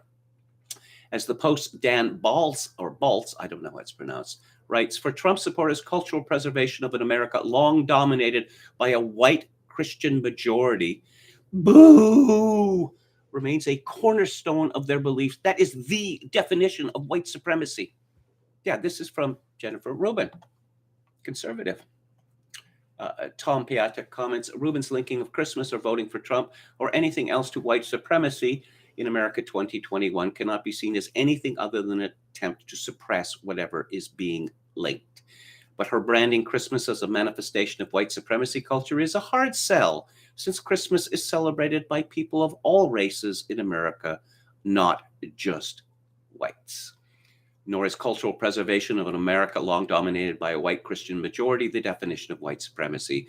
White supremacy is in fact defined by things like de jure segregation, eugenic laws, and limiting the franchise to whites, none of which have been present in America for a very long time. What Rubin means by white supremacy is obviously whites. And again, I would just, not that they'd pay any attention to anything I'd have to say, but I would counsel Jen Bokoff and Jennifer Rubin and Seth Rogen and Sarah Silverman to cut this shit out. Because if you are looking to stir up anti-Semitism, well, you're going about it the right way. And, most of Tom's article is a celebration of his favorite Christmas songs, and I highly recommend it. Let's talk about another creep, Michael Coren. I have to, I'll tell you full disclosure. I've talked to Michael Coren. I've interviewed him. He used to have a column in Alberta Report while I was a senior editor. Actually, it was old Globe and Mail columns that he somehow convinced Link Byfield to reprint and to pay him for. 2 bites at the apple. Pretty good, huh? Eventually, I suggested to Link Byfield, why are we paying to reprint old Globe and Mail columns? I don't know, maybe word about that got back to Michael Coren, because then something funny happened. Ted Byfield, Link's father and the founder of the magazine, he was fond of this idea that, what you wanted to do was not find conservative journalists, but to take conservatives and to make them into journalists. Uh, I'd say many more failures than successes. There's some people who just cannot write, cannot be taught how to write. So Ted was always foisting people on Link and on the magazine. His latest find. Here's this bright young conservative man or woman. So you whip them into shape as a journalist. It really didn't work very often. But anyway, Michael Coren talked to Ted and arranged for a young man that he knew, presumably from Toronto, to come out to Edmonton and be an apprentice at the magazine, where he would be taught to write. And so he was assigned to me. And I remember the first story. I'll tell you, just going back. When I started writing for Alberta Report, I was thrown into the deep end. I'd read the magazine for years, but reading it is not quite the same thing as knowing, how stories are put together. And I struggled for some weeks before I cracked the code. So I thought, with the people, the newbies who were assigned to me, look, I'll make it as easy for them as I can. I'll explain the style to them. And, I would give them notes. What you need in the story is this. The lead is very important and your story should lead to a conclusion. And I would typically give them lists of people that they could call and suggest ideas for the story that I was assigning. Because, the point was, if they didn't do it our way, it would be rewritten anyway. And I thought, I could make it easier for the newbie and for myself, because, I didn't want to have to rewrite somebody's story from scratch. So this fellow, creepy fellow, actually, Coren's, prodigy, he delivered a story which was not what I had told him to do. Specifically, I had explained to him that, yes, Alberta Report is a right-wing magazine, but both sides of the story must be included in the story. And this he had signally failed to do. And so to my great annoyance, on Friday afternoon, long past the time when all the copy should have been handed in, I was forced to get a hold of another source and do an interview and then incorporate that into his story, which I had to heavily rewrite anyway. So sometime later, Michael Coren wrote in his Sun News column, he attacked me twice, although not by name, although he explained the story, so it was obvious he was talking about me. And he was talking about, the evil things that were going on in the Report magazines. And I'll tell you an example that a person that I know wrote a story for Alberta Report and was told, we can't possibly publish this, it's too balanced. Now, leave aside the fact that no one has ever said those words in history. And if they did, they'd have to be twirling a mustache and saying something like that. In fact, that Coren had inverted the truth of what had happened. So that is to say, I have a very low opinion of Michael Coren. Michael Coren had no religious beliefs. Then he became a Catholic, and his godfather being none other than Lord Longford, the most famous Catholic in England. So then he left Catholicism, in the 1990s, and became a radical evangelical, the Vineyard Blessing, a church in Toronto. People shaking and screaming and all that, charismaticism, and denouncing Mel Gibson's The Passion of the Christ as medieval. Oh, that's the worst thing ever. And then he came back to the Catholic Church, and he wrote a book called Why Catholics Are Right. And he was interviewed by the National Catholic Register 10 years ago.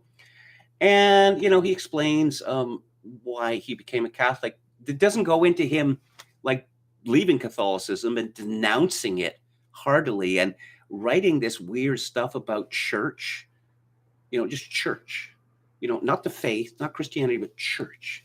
This is some subset of evangelicalism I don't really understand, but I know there's a lot of them that do this.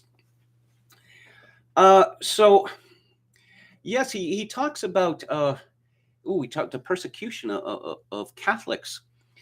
I often worry about what my children will have to face. The state will become more powerful in the West, and we're already seeing human rights commissions, attacks and hate crimes, arrests in the UK, Canada, and Europe. The radical wing of the gay community in particular will try to silence the Catholic defense of natural law sexuality. So then, a few years ago, Michael Coren announces that he's had an epiphany. Gays are good. The gays are wonderful.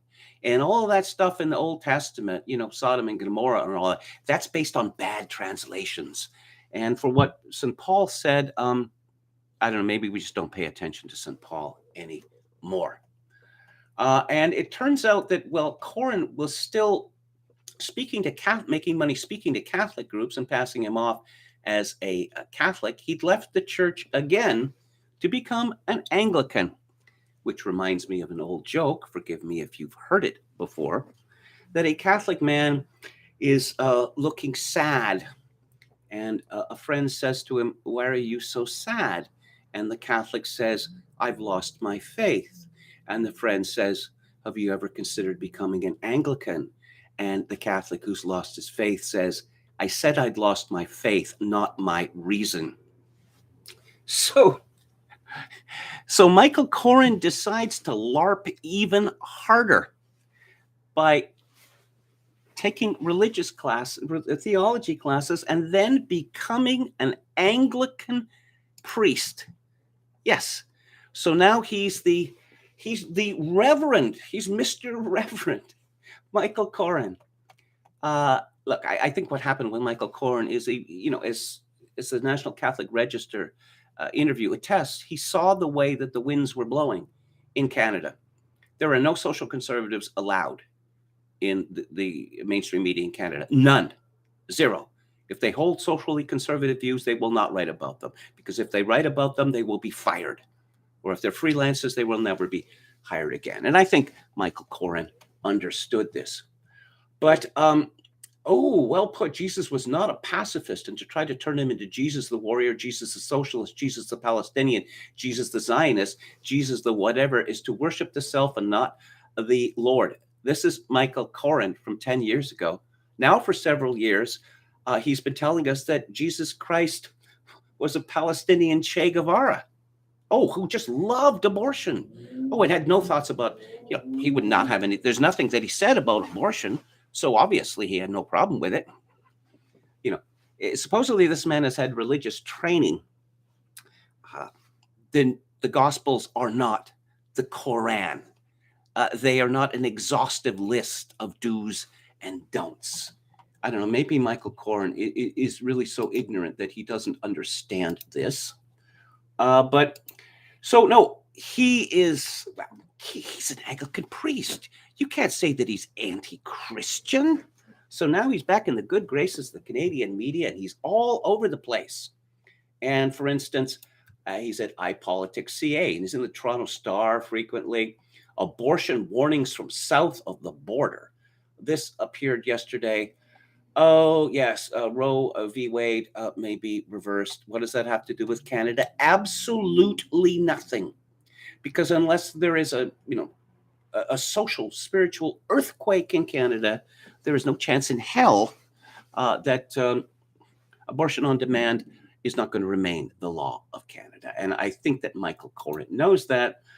He's in the New Statesman, where he used to write when he was living in England, how the Christian right is driving the anti-vax movement. Reactionary wings of the Roman Catholic and evangelical churches in the U.S. are fanning the flames of conspiracy theories and prolonging the pandemic. You see how useful Michael Coren has made himself to the elite.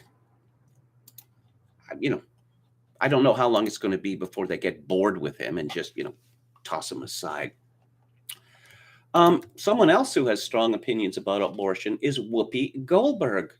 How dare men talk about what a fetus wants? She ranted on The View. Oh, yes, only women could talk about abortion because apparently children come about through parthenogenesis, you know, sexual intercourse. Whoa, what's that? Uh, so I was reading about Whoopi, and what I found out is it's not good. I mean, how someone like that got into the movies or is on television, it's not just that she's ugly, okay? It's that she's hideous. Now, I know a lot of women who are, homemakers, they watch The View, and I can just imagine it has led to some distress. That some child, wanders into the room and looks at the TV and bursts into tears and starts wailing. What's wrong? What's wrong? Dad, what is that? I'm scared. What is that? Please turn it off. Anyway, Whoopi Goldberg, I've heard all sorts of stories about how she got her nom de comedy. Her real name is Karen Johnson. And incredibly, she claims that she is actually Jewish. This has been studied. Researcher Henry Louis Gates Jr., no less, found that all of Goldberg's traceable ancestors were African Americans, that she had no German or Jewish ancestry, and that none of her ancestors were named Goldberg. Why would someone claim that? Why would someone claim that? So originally she called herself Whoopi Cushion or whatever, and then I find out why that, or the version that she's giving of this. Now, this is from Wikipedia. She has stated that her stage name, Whoopi, was taken from a whoopee cushion. When you're performing on stage, you never really have time to go into the bathroom and close the door. So if you get a little gassy, you've got to let it go. And that's where the name came from. You could always use the toilet before you go on stage. And how long are you on stage for? 45 minutes? An hour? Yes. And abortion, well, she has a long history with abortion, and I don't know how much of this is believable. She says in her book, or she contributed this book, The Choices We Made, 25 Women and Men Speak Out of Abortion. She claims she had used a coat hanger to terminate a pregnancy at the age of 14.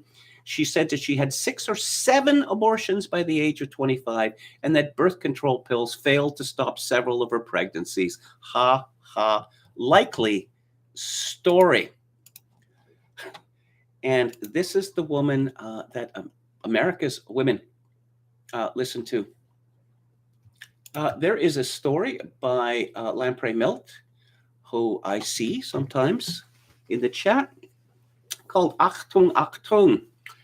It's the 30th anniversary of U2's release of their 1991 Achtung Baby. The album has been widely regarded as one of the greatest, most influential albums in rock history. It is a clever and audacious musical fable written after their highly successful Joshua Tree and Rattle and Hum albums. And he talks about how Bono has become, a statesman. Paul David Hewson's stage name Bono is short for the Latin pro bono publico, translation for the public good. With the help of a former British Army intelligence officer turned talent scout, U2 morphed from being an obscure, unamusing emo band into a group of highly conspicuous philanthro-capitalist hyper-celebrities. They headlined Live Aid in 1985, and since that concert, they never again wished to be seen as just another popular rock band.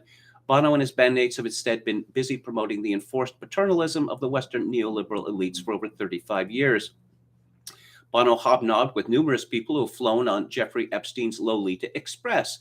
He is good friends with the likes of Bill Gates, Jeffrey Sachs, to name a few, and a fixture of the globalist World Economic Forum. He carries out various anti-poverty initiatives in Africa after the manner of a modern-day Cecil Rhodes, but under the guise of being a cool rock icon. Bono has become rather stout in recent years. And what was that Robin Williams movie where he was in drag impersonating a stout maid, Mrs. Butterworth or something? Winterborn? Apparently that's been Bono's nickname in the rock community for some years now. One, an NGO of which Bono was chairman, had his co-founder Jamie Drummond speak at the Ireland House of Parliament about how Europe has no choice but to let Africans in, since the continent is senescent demographically. One has a high operating expense of $8 million and has had luminaries on its board with the likes of Lawrence Summers, Warren Buffett's son Howard Buffett, Condoleezza Rice, and Maria Shriver's brother Bobby. One has a 98% overhead and spends a measly 1% of its donations on helping the poor. Just Google the word one, and sure enough, Bono's NGO pops up along with the Gates Foundation, Clinton Foundation, and other organs of the neoliberal soft power body. The NGO also failed to pay local taxes in South Africa and was accused of exploiting female staff. To top Bono's NGO One, Red is a brand for sale licensed to corporate partners such as Amex, Apple, Armani, Motorola, Converse, and other multinational corporations. Instead of getting the message out about underdeveloped nations through the typical images of poverty porn and infomercials, Red uses its label to pledge that anything that has its label proceeds will go mainly to the Global Fund for Combating HIV/AIDS in Africa. The concept of Western consumerism is sexy, consumption with a cause, since you are helping passively by buying a $200 pair of Beats by Dre. What better way to drown out the noise of the world with a $5 contribution? Bono said this gem while holding up an American Express charge card at Davos. It's not about what you have, it's about who you are. Okay. And again, this is from Lamprey Melt at theamericansun.com. It was my old friend, the singer, musician, entrepreneur Phil Smith, years ago. I never thought of this before. U2, military imagery, the spy plane. That's not what it really means. It means you too. Get it? Like we're all in this together. YOUTOO. I found out some years ago, and the band, its management, and supporters have gone to great lengths to suppress this, but U2 effectively began as a weirdo Protestant religious cult. I am not making this up. I mean, if you search hard enough, you will be able to find this. And so looking at what, Bono has become in the light of that knowledge, it all kind of makes sense, doesn't it? I like Jay Leno, actually. And I was on his side during that ridiculous fight with Conan O'Brien, where we saw the tremendous bitterness of Jimmy Kimmel for some reason. Jay was number one. He'd knocked off Letterman, was at number one and stayed number one. And NBC decided, no, we've got to get rid of this guy because it's Conan's turn. There are no turns in show business, just like there are no turns in politics. I don't know much about his wife, Mavis. I hear that she's a lefty. Okay. But there's a piece here at Banned Hipster, that blog, about Jay Leno's wife. Let's see. Alex Baldwin and Madonna and all the rest of them spend half their time shilling for various NGO charity causes like Coney 2012 and Assad gassed his own people. These causes just happen to line up with current State Department agendas. Let's look at Mavis Leno. Leno has been the chair of the Feminist Majority Foundation's campaign to stop gender apartheid in Afghanistan since 1997. In 1999, Leno and her husband donated $100,000 to the organization to further the cause of educating the public about the plight of Afghan women under the Taliban. The organization successfully protested the construction of an oil pipeline through Afghanistan, which could potentially have brought in billions of dollars to the Taliban. According to Melissa Rossi, Leno was a driving force in changing the opinion of U.S. President Bill Clinton and the executives of the now defunct oil company Unocal Corporation concerning the Taliban, after Leno had shed light on the group's treatment of women. They're not rebels, people. They're not rebels. I mean, Neoliberalism is cool. It is just cool, cool, cool. I'm going to go to the book club. I see I'm running a little late. I guess I got a little excited here today. But that's better than the alternative, isn't it? Of course, you may have heard of the U.S. Distance runner Billy Mills, who was an ex-Marine and a native Indian. One of the greatest upsets in Olympic history. This was at the Tokyo Olympics, where it's just as if he were a different runner. Just the time, it was unthinkable. And the color commentator for the network, I guess was it NBC? I can't remember. He became, you can see the clip, okay? You can see on YouTube. He just kind of went spare. He couldn't believe it. No one could believe it, but he's trying to explain just how extraordinary this was. And he's very loud and he's very excited. And he's talking very fast and it's very exciting to watch and to listen to. He got fired. He got fired for giving one of the greatest play-by-plays in sports history. We don't want too much excitement on our network. Let's go to the chat. Okay. Bring on the night. One of the earliest lineups, says My Trail of Disgrace, featured the Edge's brother, who then left to eventually join the Virgin Prunes, like the pagan goth id to U2's anthemic, quote, Christianity. The actor who played Leno in the Leno Letterman movie also played Stalin in another movie, says Anne Run. Jonathan Pohl corrects me, neoliberalism is not cool. Running Brave, says Oscar Toe. No, I believe Running Brave was about a different Indian. I could be wrong about that. British American says Michael Coren is an ongoing nerve-ending slow motion train wreck. Oh, yes. And then there was U2. Yeah, making that deal with Apple. And what, millions of outraged people? You're spamming me with U2's new album? I don't want U2's new album on my device. But, oh, no, we just honestly thought that everyone would like a copy of U2's new album forcibly inserted into their devices. Mrs. Doubtfire, thank you. Thank you, chat.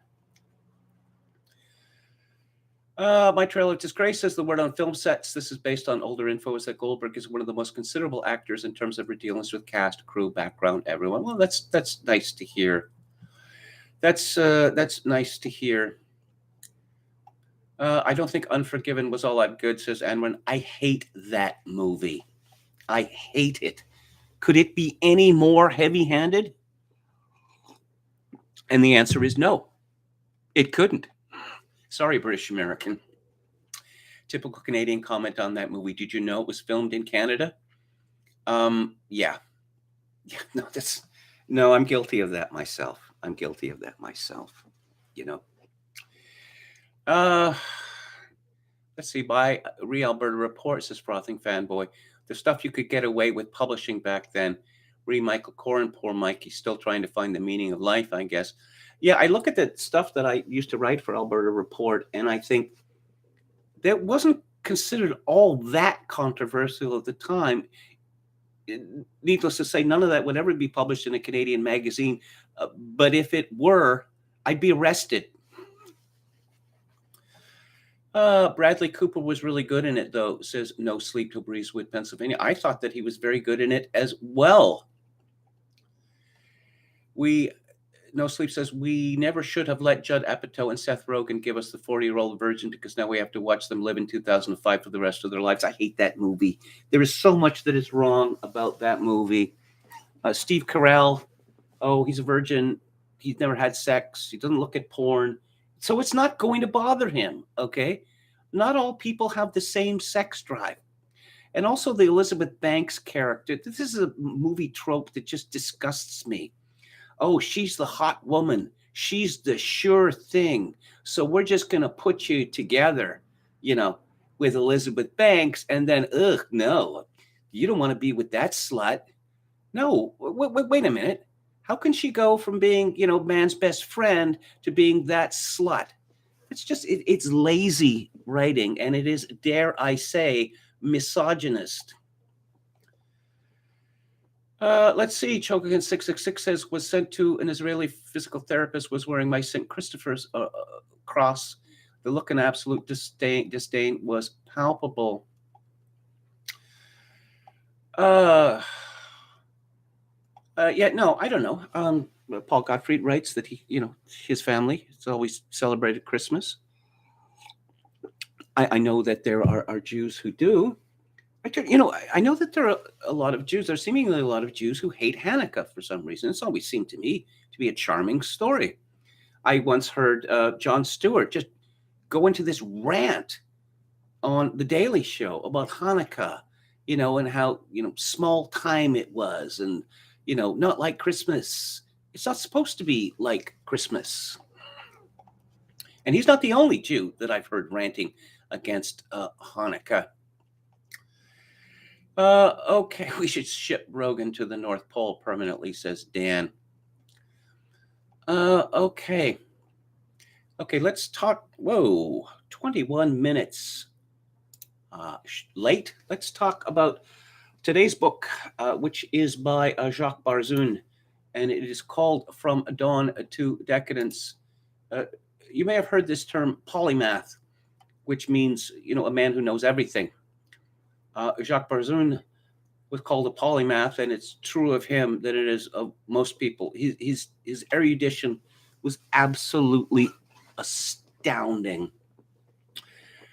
He was born in France in 1907, and he died in San Antonio, Texas in 2012 at the age of 104. And this book, From Dawn to Decadence, which is the first edition, 802 pages, was planned, researched, and written when he was in his 90s, which is absolutely astounding. He was born, Jacques Barzun, into an intellectual milieu, and his parents' home was frequented by such people as Guillaume Apollinaire, Albert Iglesias, Marshal Duchamp, Edgar Varese, Richard Aldington, and Stefan Zweig, of whom I've spoken about previously in the book club. He studied at Columbia College, where eventually he got a PhD and then taught for decades at Columbia. I could talk about his, accomplishments. He knew so much about history and about the plastic arts. He was also a world-renowned authority on the music of Hector Berlioz. He loved baseball, and he said that baseball is central to the American character. He loved detective stories, mystery stories, horror stories, and he wrote about them. Truly an astounding man. From Dawn to Decadence, 500 Years of Western Cultural Life. Well, let's start with decadence. Literally, it means a decline in standards. And Barzun calls it simply a falling off. And what does he blame this on? Well, the revolt of the masses, I suppose one could say. That taste must be formulated by an elite. But our tastes are no longer formulated by elites. And there is surely less interest in art today than there has been in the last 500 years. Classical music, or serious music, if you will, was damaged fatally by the disease of serialism. It's never really recovered. In my own lifetime, we've seen the end of poetry. I mean, some of it is still published. Nobody reads it. We've seen the end of the short story. I know governments pay for short stories to be published. No one reads them. We've pretty much seen the end of the serious novel. I mean, I suppose historical novels are still holding on. And I suppose to the extent that this book was controversial, it was controversial because Barzun makes it clear that he is not pleased with this decadence, or even to call it decadence.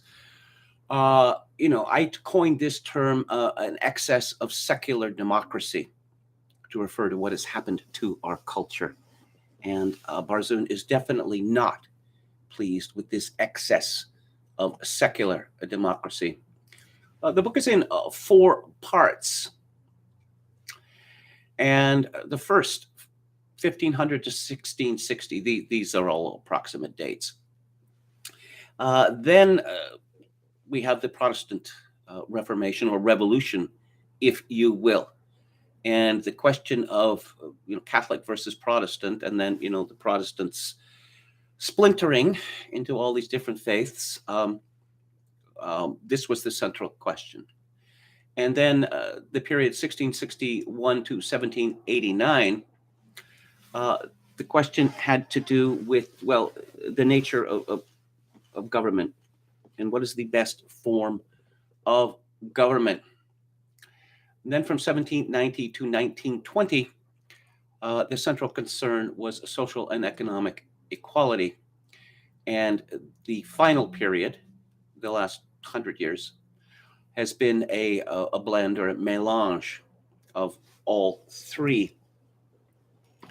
As I say, this is a book which I suppose should probably one should take some time to read it, because it is quite well read, but it is dense.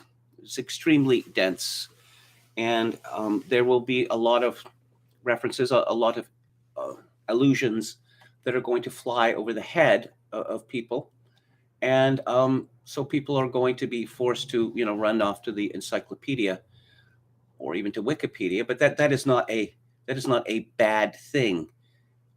If one writes a book today, which is going to appeal to the lowest common denominator of 2000 when this was published, the book is going to be effectively useless.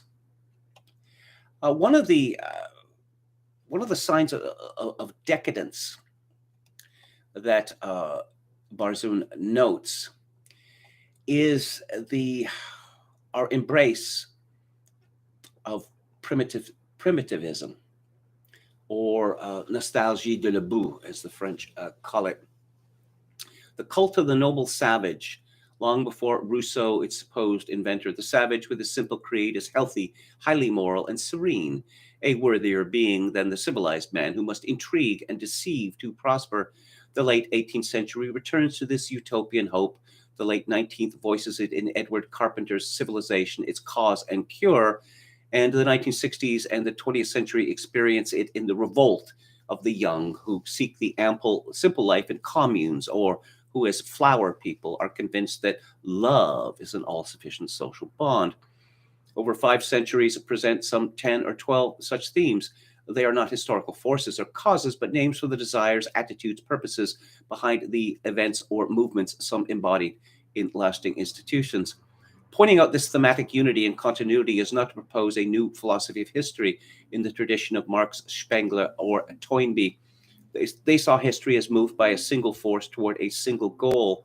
I remain a historian, Barzun writes, that is, a storyteller who tries to unfold the intricate plot woven by the actions of men, women, and teenagers, these last must not be forgotten, whose desires are the motive power of history. Material conditions interfere, results are unexpected, and there can be no single outcome. Well, we are having this great debate about misinformation and disinformation because we have these people called fact checkers now, and they own the truth, which is of course, it's a Gnostic notion, and beyond being Gnostic, it's absolutely absurd. Barzun writes that this is each historian adds to the general understanding. Read more than one historian, and the chances are good that you will come closer and closer to the full complexity. Whoever wants an absolute copy of what happened must gain access to the mind of God. Now, this is very important, that I'm fairly sure that all of these fact checkers are atheists, and that most of them actively hate Christianity. Christianity teaches a certain modesty, and this modesty has been lost. But going back to primitivism,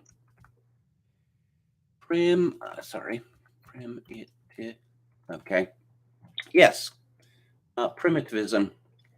That Barzun sees this expressed in many different ways. All that is meant by decadence is falling off. It implies in those who live in such a time no loss of energy or talent or moral sense. On the contrary, it is a very active time full of deep concerns, but peculiarly restless, for it sees no clear lines of advance. The loss it faces is that of possibility. The forms of art, as of life, seem exhausted. The stages of development have been run through. Institutions function painfully. Repetition and frustration are the intolerable result. Boredom and fatigue are great historical forces. Bravo. Yes, a boredom, or just the imp of the perverse, are so important in what happens, not just in one's own life, but in the world. So why was this decision taken? I don't know. Someone got tired of the way things were. Let's just try something different. See how that goes. Barzun continues, it will be asked, how does the historian know when decadence sets in? I'm reminded that the American rightist Albert J. Nock famously asked the question, and I'm paraphrasing, how does one know when one has entered a dark age? Barzun continues, we know decadence by open confessions of malaise, by the search in all directions for a new faith or faiths. Dozens of cults have latterly arisen in the Christian West: Buddhism, Islam, yoga, transcendental meditation, Dr. Moon's Unification Church, and a large collection of others, some dedicated to group suicide. To secular minds, the old ideals look outworn or hopeless, and practical aims are made into creeds sustained by violent acts. Fighting nuclear power, global warming, and abortion, saving from use the environment with its fauna and flora, bring back the wolf, promoting organic against processed foods, and proclaiming disaffection from science and technology. The impulse to primitivism animates all these negatives. Such causes serve to concentrate the desire for action in a stalled society, for in every town, county, or nation, it is seen that most of what government sets out to do for the public good is resisted as soon as proposed.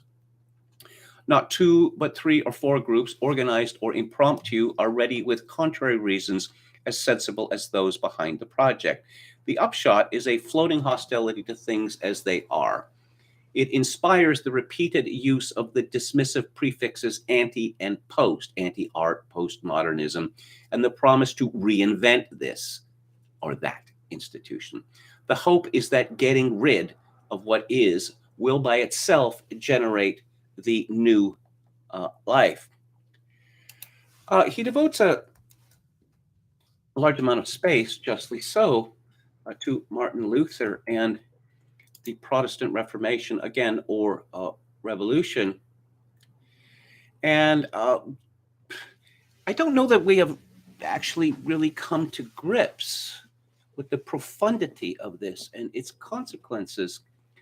Barzun writes, the modern era begins characteristically with a revolution, is commonly called the Protestant Reformation, but the train of events starting in the 16th century and ending, if indeed it has ended more than a century later, has all the features of a revolution. I take these to be the violent transfer of power and property in the name of an idea. We've got into the habit of calling too many things revolutions, giving a new device or practice that changes our homely habits. We exclaim revolutionary. But revolutions change more than personal habits or a widespread practice. They give culture a new face. Between the great upheaval of the 1500s and the present, only 3 later ones are of the same order. True, the history books give the name to a dozen or more violent events, but in these uprisings, it was only the violence that was great. They were but local aftershocks of one or other of the four main quakes: the 16th century religious revolution, the 17th century monarchical revolution, the liberal individualist French Revolution that straddles the 18th and 19th, and the 20th century Russian social and collectivists. So the world before Luther was a world of unity, and Luther broke that apart. Barzun explains how Luther was a tortured man, tortured by many things, including his desires, sexual desires. And of course, Catholic priests are not allowed to be married. And Luther had an epiphany. He had an epiphany. Barzun writes, many besides Luther had felt true piety and wanted to worship sincerely, not buy their way into heaven. One form of awakened faith was significantly called devotio moderna. The formation of groups like the Brothers of the Common Life, the founding of new grammar schools, works such as The Imitation of Christ by Thomas à Kempis, and the spontaneous attitude of ordinary folk showed that the work of earlier reformers was bearing fruit.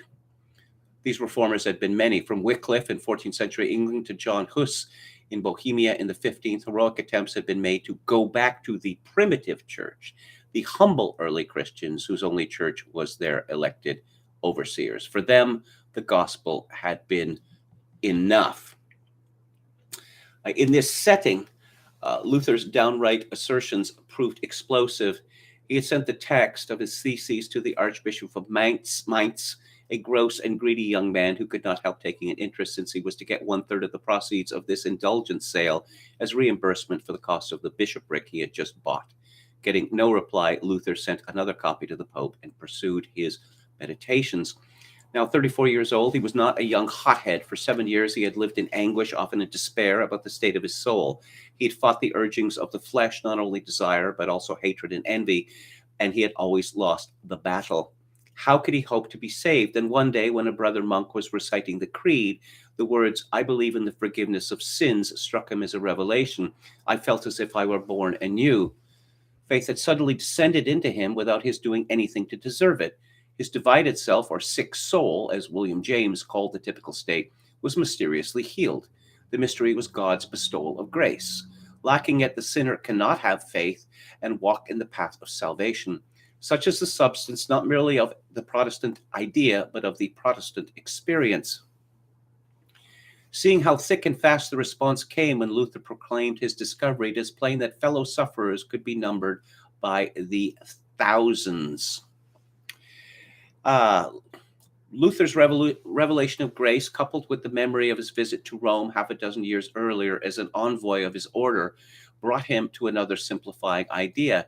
Every man is a priest. He is far from being another Christ, as the Catholic ordination of priests puts it, but he does not need the Roman hierarchy as middleman. He has direct access to God. The top-heavy apparatus, a burden throughout the West, is useless. To make the proposition absolute, Luther added the principle he called Christian liberty. A Christian man is a perfectly free lord, subject to none. This proclamation, every man a priest, a free lord, and no church, broadcast to the Germans in German, could only mean a new way of life. But Luther had no mind to manufacture anarchists, and he stated the counterpart of his claim to liberty. A Christian man is a perfectly dutiful servant of all, subject to all, that is, to the secular society ruled by princes. This reassured the lay authorities and marked out Luther's course. Stepping quite unconsciously the dangerous role of religious prophet, he was taking on the popular role of anti-clerical. And realized many interests, Pope bashing had long been a high-toned enterprise, doubling as a form of blackmail. By it, kings got political concessions, others cardinals' hats. It had done nothing to reform the church, which many agreed must be rid of abuses, but everyone stood firm. Yes, but not my privileges. The incipient revolution had defined the enemy, not the Catholic religion and its faithful, but the pontiff, his employees, and their hocus pocus, that is, the trappings of worship. When the Pope's bull demonstrating 41 of the 95 theses arrived in Wittenberg, it gave Luther an opportunity for a demonstration. He burned it publicly, to the great delight, naturally, of the university students crowding around him. For good measure, he threw in some rescripts, the decretals of Clement VI, the Summa Angelica, and a few books by a colleague who championed the Pope, Johann von Eck. It is an old custom, said Luther, to burn bad books. Now, of course, Luther had said, this is the true Christianity. I have rediscovered the true Christianity. But then if every man is a priest, and this happened very, very quickly, I mean, you can see where this is going to go. Why should I agree with Martin Luther? Hasn't Martin Luther set him up as simply a different kind of pope?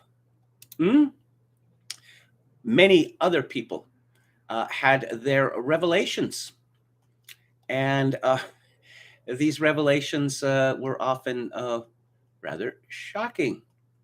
How sexual revelations that, yes, this propriety which has been forced upon us is entirely alien to the spirit of Christianity, which we now know is about freedom in all things. And eventually a city in Germany was actually taken over by these lunatics and gave itself over to sexual frenzy. And Martin Luther was having none of it, and he asked the prince to invade the town and to kill the people responsible for what he saw as this new heresy. Barzun notes that, of course, I mean, leaving aside Luther's, desire to reform the church as he saw it, so that he could, have a wife with all that entails. I mean, I don't think few people doubt his sincerity. Of course, when we get to King Henry VIII, the founder of Anglicanism, there is every reason to doubt his sincerity, because his Reformation in England was based on, three reasons. One, to commit adultery. He had been given a dispensation to marry his dead brother Arthur's widow. And when she proved to be unable to produce a male heir, he asked and then demanded the Vatican to give him a dispensation. And the Vatican said, no, we're not going to do that. And the second motivation was to steal the church lands, making himself very rich.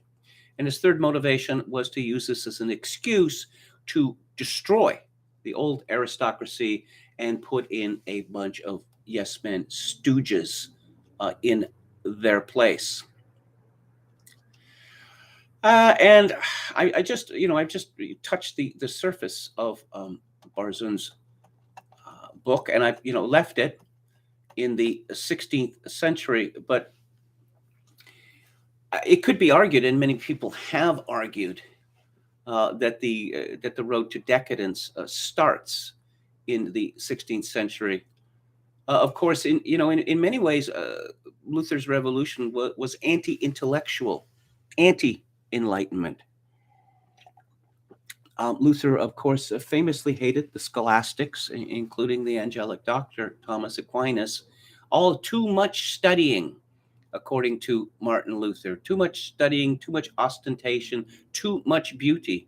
Henry VIII's thugs went into the churches and cathedrals of England and smashed everything beautiful that they could reach. It's all, beauty in churches is idolatry. And it's just, the genie was let out of the bottle. And who could have predicted? I suppose, people could have predicted, but these revolutions, they typically come, with the highest of aspirations. And afterwards, people ask, how could this have happened? Well, If you say, in effect, that everything you know is wrong, there's no end to that, is there? And there's no end to it today. That Barzun, he laments the fact that in his own time, we have the Reverend Jesse Jackson, leading a crowd of hooligans at Stanford University, chanting, "Hey, hey, hey, ho, Western Civ has got to go." And Barzun asks in this book, do these people have any idea what Western civilization is? What exactly would it be replaced with? How, that everything that you know, everything that you do, all of your freedoms, all of your license comes from this civilization. He writes, looking at the phrase "our past or our culture," the reader is entitled to ask what that is. This is for each person to decide. It's a sign of present disarray that nobody can tell which individuals or groups see themselves as part of the evolution described in these pages. The state of affairs has its source in that very evolution. Our culture is in that recurrent phase when, for good reasons, many feel the urge to build a wall against the past. It is a revulsion from things in the present that seem a curse from our forebears. Others attack or ignore selected periods. In this later mood, national, religious, or cultural ancestry becomes a matter of choice. People who feel the need dig for roots wherever they fancy. The storehouse of traditions and creeds offers an overabundance because the culture is old and unraveling. This passion to break away explains also why many feel that the West has to be denounced, but we are not told what should or could replace it as a whole. Anyhow, the notion of Western culture as a solid block having but one meaning is contrary to fact. The West has been an endless series of opposites in religion, politics, art, morals, and manners, most of them persistent beyond their time of first conflict. To denounce does not free the self from what it hates any more than ignoring the past shuts off its influence. Look at the youth walking the street with ears plugged to a portable radio. He is tied to the lives of Marconi and of the composer being broadcast. The museum visitor gazing at a Rembrandt is getting a message from the 17th century, and the ardent follower of Martin Luther King might well pause over his leaders' given names, which evoke ideas from the Protestant Reformation and link the 20th century to the 16th.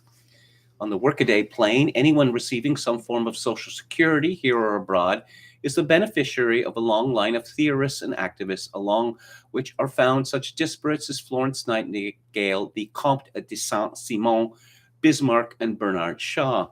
The political refugee who finds his host nation evidently more congenial than the one he fled from can now breathe freely thanks to the heroic efforts of thousands of thinkers and doers, famous or obscure, martyrs or ordinary folk embattled in the cause of political freedom, though often enemies when so engaged. If the new minted citizen turns critic of his adopted country, attacking policies and politicians with impunity, he enjoys the privileged pastime because of the likes of Voltaire, who also had to skip across frontiers to escape persecution and keep dissenting. Even the terrorist who drives a car filled with dynamite toward a building in some hated nation is part of what he would destroy. His weapon is the work of Alfred Nobel and the inventors of the internal combustion engine. His very cause has been argued for him by such proponents of national self-determination as President Wilson and such rationalizers of violence as Georges Sorel and Bakunin, the Russian anarchist. To see these connections is also to see that the fruits of Western culture, human rights, social benefits, machinery, have not sprouted out of the ground like weeds. They are the work of innumerable hands and heads. Yes, as it was once said, we are pygmies standing on the shoulders of giants. And I don't know, the primitives who are, storming the academy, what do they propose to put in its place? They have nothing to put in its place. They can only destroy. And of course, well, it seems like a cleansing, doesn't it? Because once again, knowledge, rationality, and the like, this is artificial, so it must be destroyed. Well, I don't know. I mean, do people of Black Lives Matter, would they be rather living, in a hut in Western Africa and dying horribly of some, endemic disease spread by mosquitoes or tsetse flies or whatever at an early age? Is that what they prefer because it is more natural? It's funny. They don't seem to. In the 1960s, there was an actual Back to Africa movement, and some famous American Black radicals moved to Africa. Turns out they didn't like it all that much, and they came back to America. Those are my thoughts on Jacques Barzun's From Dawn to Decadence. Again, I only scratched the surface and dealt with the introduction to the book, but of course, the rest of the book is an illustration of the themes raised in the opening chapter. If I attempted to explain everything that was in it, I could go on for hours, or I would just, probably make a hash of it. This is one of those books like Erich von Kuhn-Ledin's Leftism, which is an education in itself. Okay, so let's have a final look at the chat. I generally like to whistle before I shoot, says Don Willis. You know that Doc Holliday whistling before he enters the OK Corral for the shootout? That's not an apocryphal story. It actually happened. Cool customer he was. GF, why is GF3 inferior? It's because, Godfather 3, ugh. Coppola did not want to make that film. They wouldn't give Robert Duvall enough money to appear in it. It's just, it just doesn't work. Bridget Fonda shows up, and I think I perked up. Ooh, I like her because she's, so beautiful. And then she just sort of disappears. And then, casting his daughter, ugh, no. Okay. Robert Duvall and Michael Caine both played Stalin, that I'm sure of, says Anrun. I hate those that hate beauty, given some by birth and attacked by spiteful mutants. I hate the ugly, says Dionysus. There can't be that many recent movies depicting Stalin, says Hauper. Let's see. That Leno movie was fresh in my mind because I caught it on TV a while back, says Pelcasso 88. Conan O'Brien, it was never going to work at 11:35 because, masturbating bear, that's not going to play, is it? And why is that supposed to be funny? By the way, I'm not exactly, a prude in this regard, but it's so it's so disruptive. Is it? Is it now? Really? Who summarizes? Schopenhauer summarizes the Ring cycle as Wagner telling the masses that gold is bad. No, I think the message of the Ring is that love is better than gold. History is made by actor-determined minorities, not by the majority, which seldom has a clear and consistent idea of what it really wants, says Ted Kaczynski, the Unabomber. Well, he's absolutely right about that. And as has been pointed out by Edward Luttwak, that the Unabomber was right about a lot of things, particularly about conservatism and why it is a phony failure that you cannot promote atomization, maximizing one's utility as the highest choice, as the highest value. And what does that lead to? It leads to dissolution. This is not conservative. Hopper said, I was fond of Bridget Fonda too. I hear that she's retired from acting because, I don't know, she's unhappy. Not that she has to worry about money. She's married to Danny Elfman. And my understanding is that the contract that Elfman negotiated with Fox over the theme tune to the show, anytime, anywhere in the world, first broadcast or subsequent broadcasts an episode of The Simpsons is played, Danny Elfman gets $11. So you can imagine how much money he is making every year. Dr. Dead Name says Stokely Carmichael moved to Africa and stayed there. He got caught up in some sort of coup attempt later. The Death of Stalin. Yes, I greatly enjoyed that movie. Very funny. Also, well, terrifying. You know, I mean, the movie's been criticized on that basis. I mean, there's some things you can't joke about. Really? Because, you know, if you, I think the problem is, you know, oh, we have to take this very, very seriously. And then maybe you'll go mad thinking about that, because how could this have happened? Because Stalin was from a different class from Hitler. Hitler killed his enemies, or those he perceived to be his enemies. Stalin killed everybody. I'd mentioned a Hungarian scholar of the Soviet Union. What was his name? Tibor Shmuley was once asked. He defected to England, and an interviewer once asked him who was his favorite, you know, Russian leader, or I guess they meant, you know, Soviet, whatever. And he said Stalin, and the interviewer was shocked. And she said, why? And Shmuley said, because he killed more communists than anyone. Okay. Coppola's daughter is more attractive to me than Bridget Fonda, says Oscar Toe. Well, chacun a sa bêtise, as they say.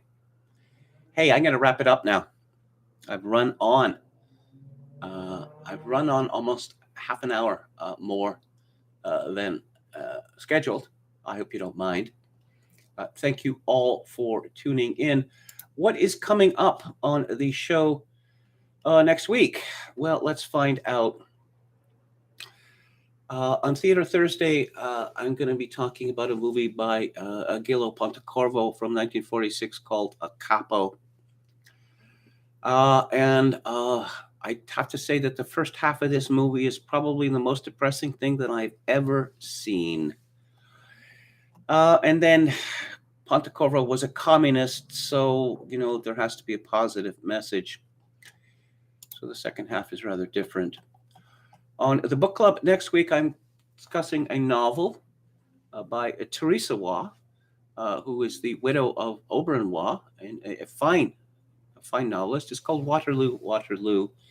And on Music Monday, next Monday, December 6th, I'm going to be discussing a composer who was a great composer in Germany and then became a great composer of a rather different kind in America, Kurt Weill, from Berlin to New York.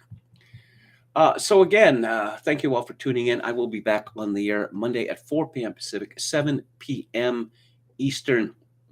If you would like to make a donation to the live stream, which I could frankly very, very much use right now because of the tremendous uncertainty of my position, the couple of weeks that I was promised with regard to a dispersal from my father's estate has passed. Of course, a couple of weeks is a vague term, I think deliberately vague. And so when I'm going to get this money or whether I will get it, you know, in time is an open question.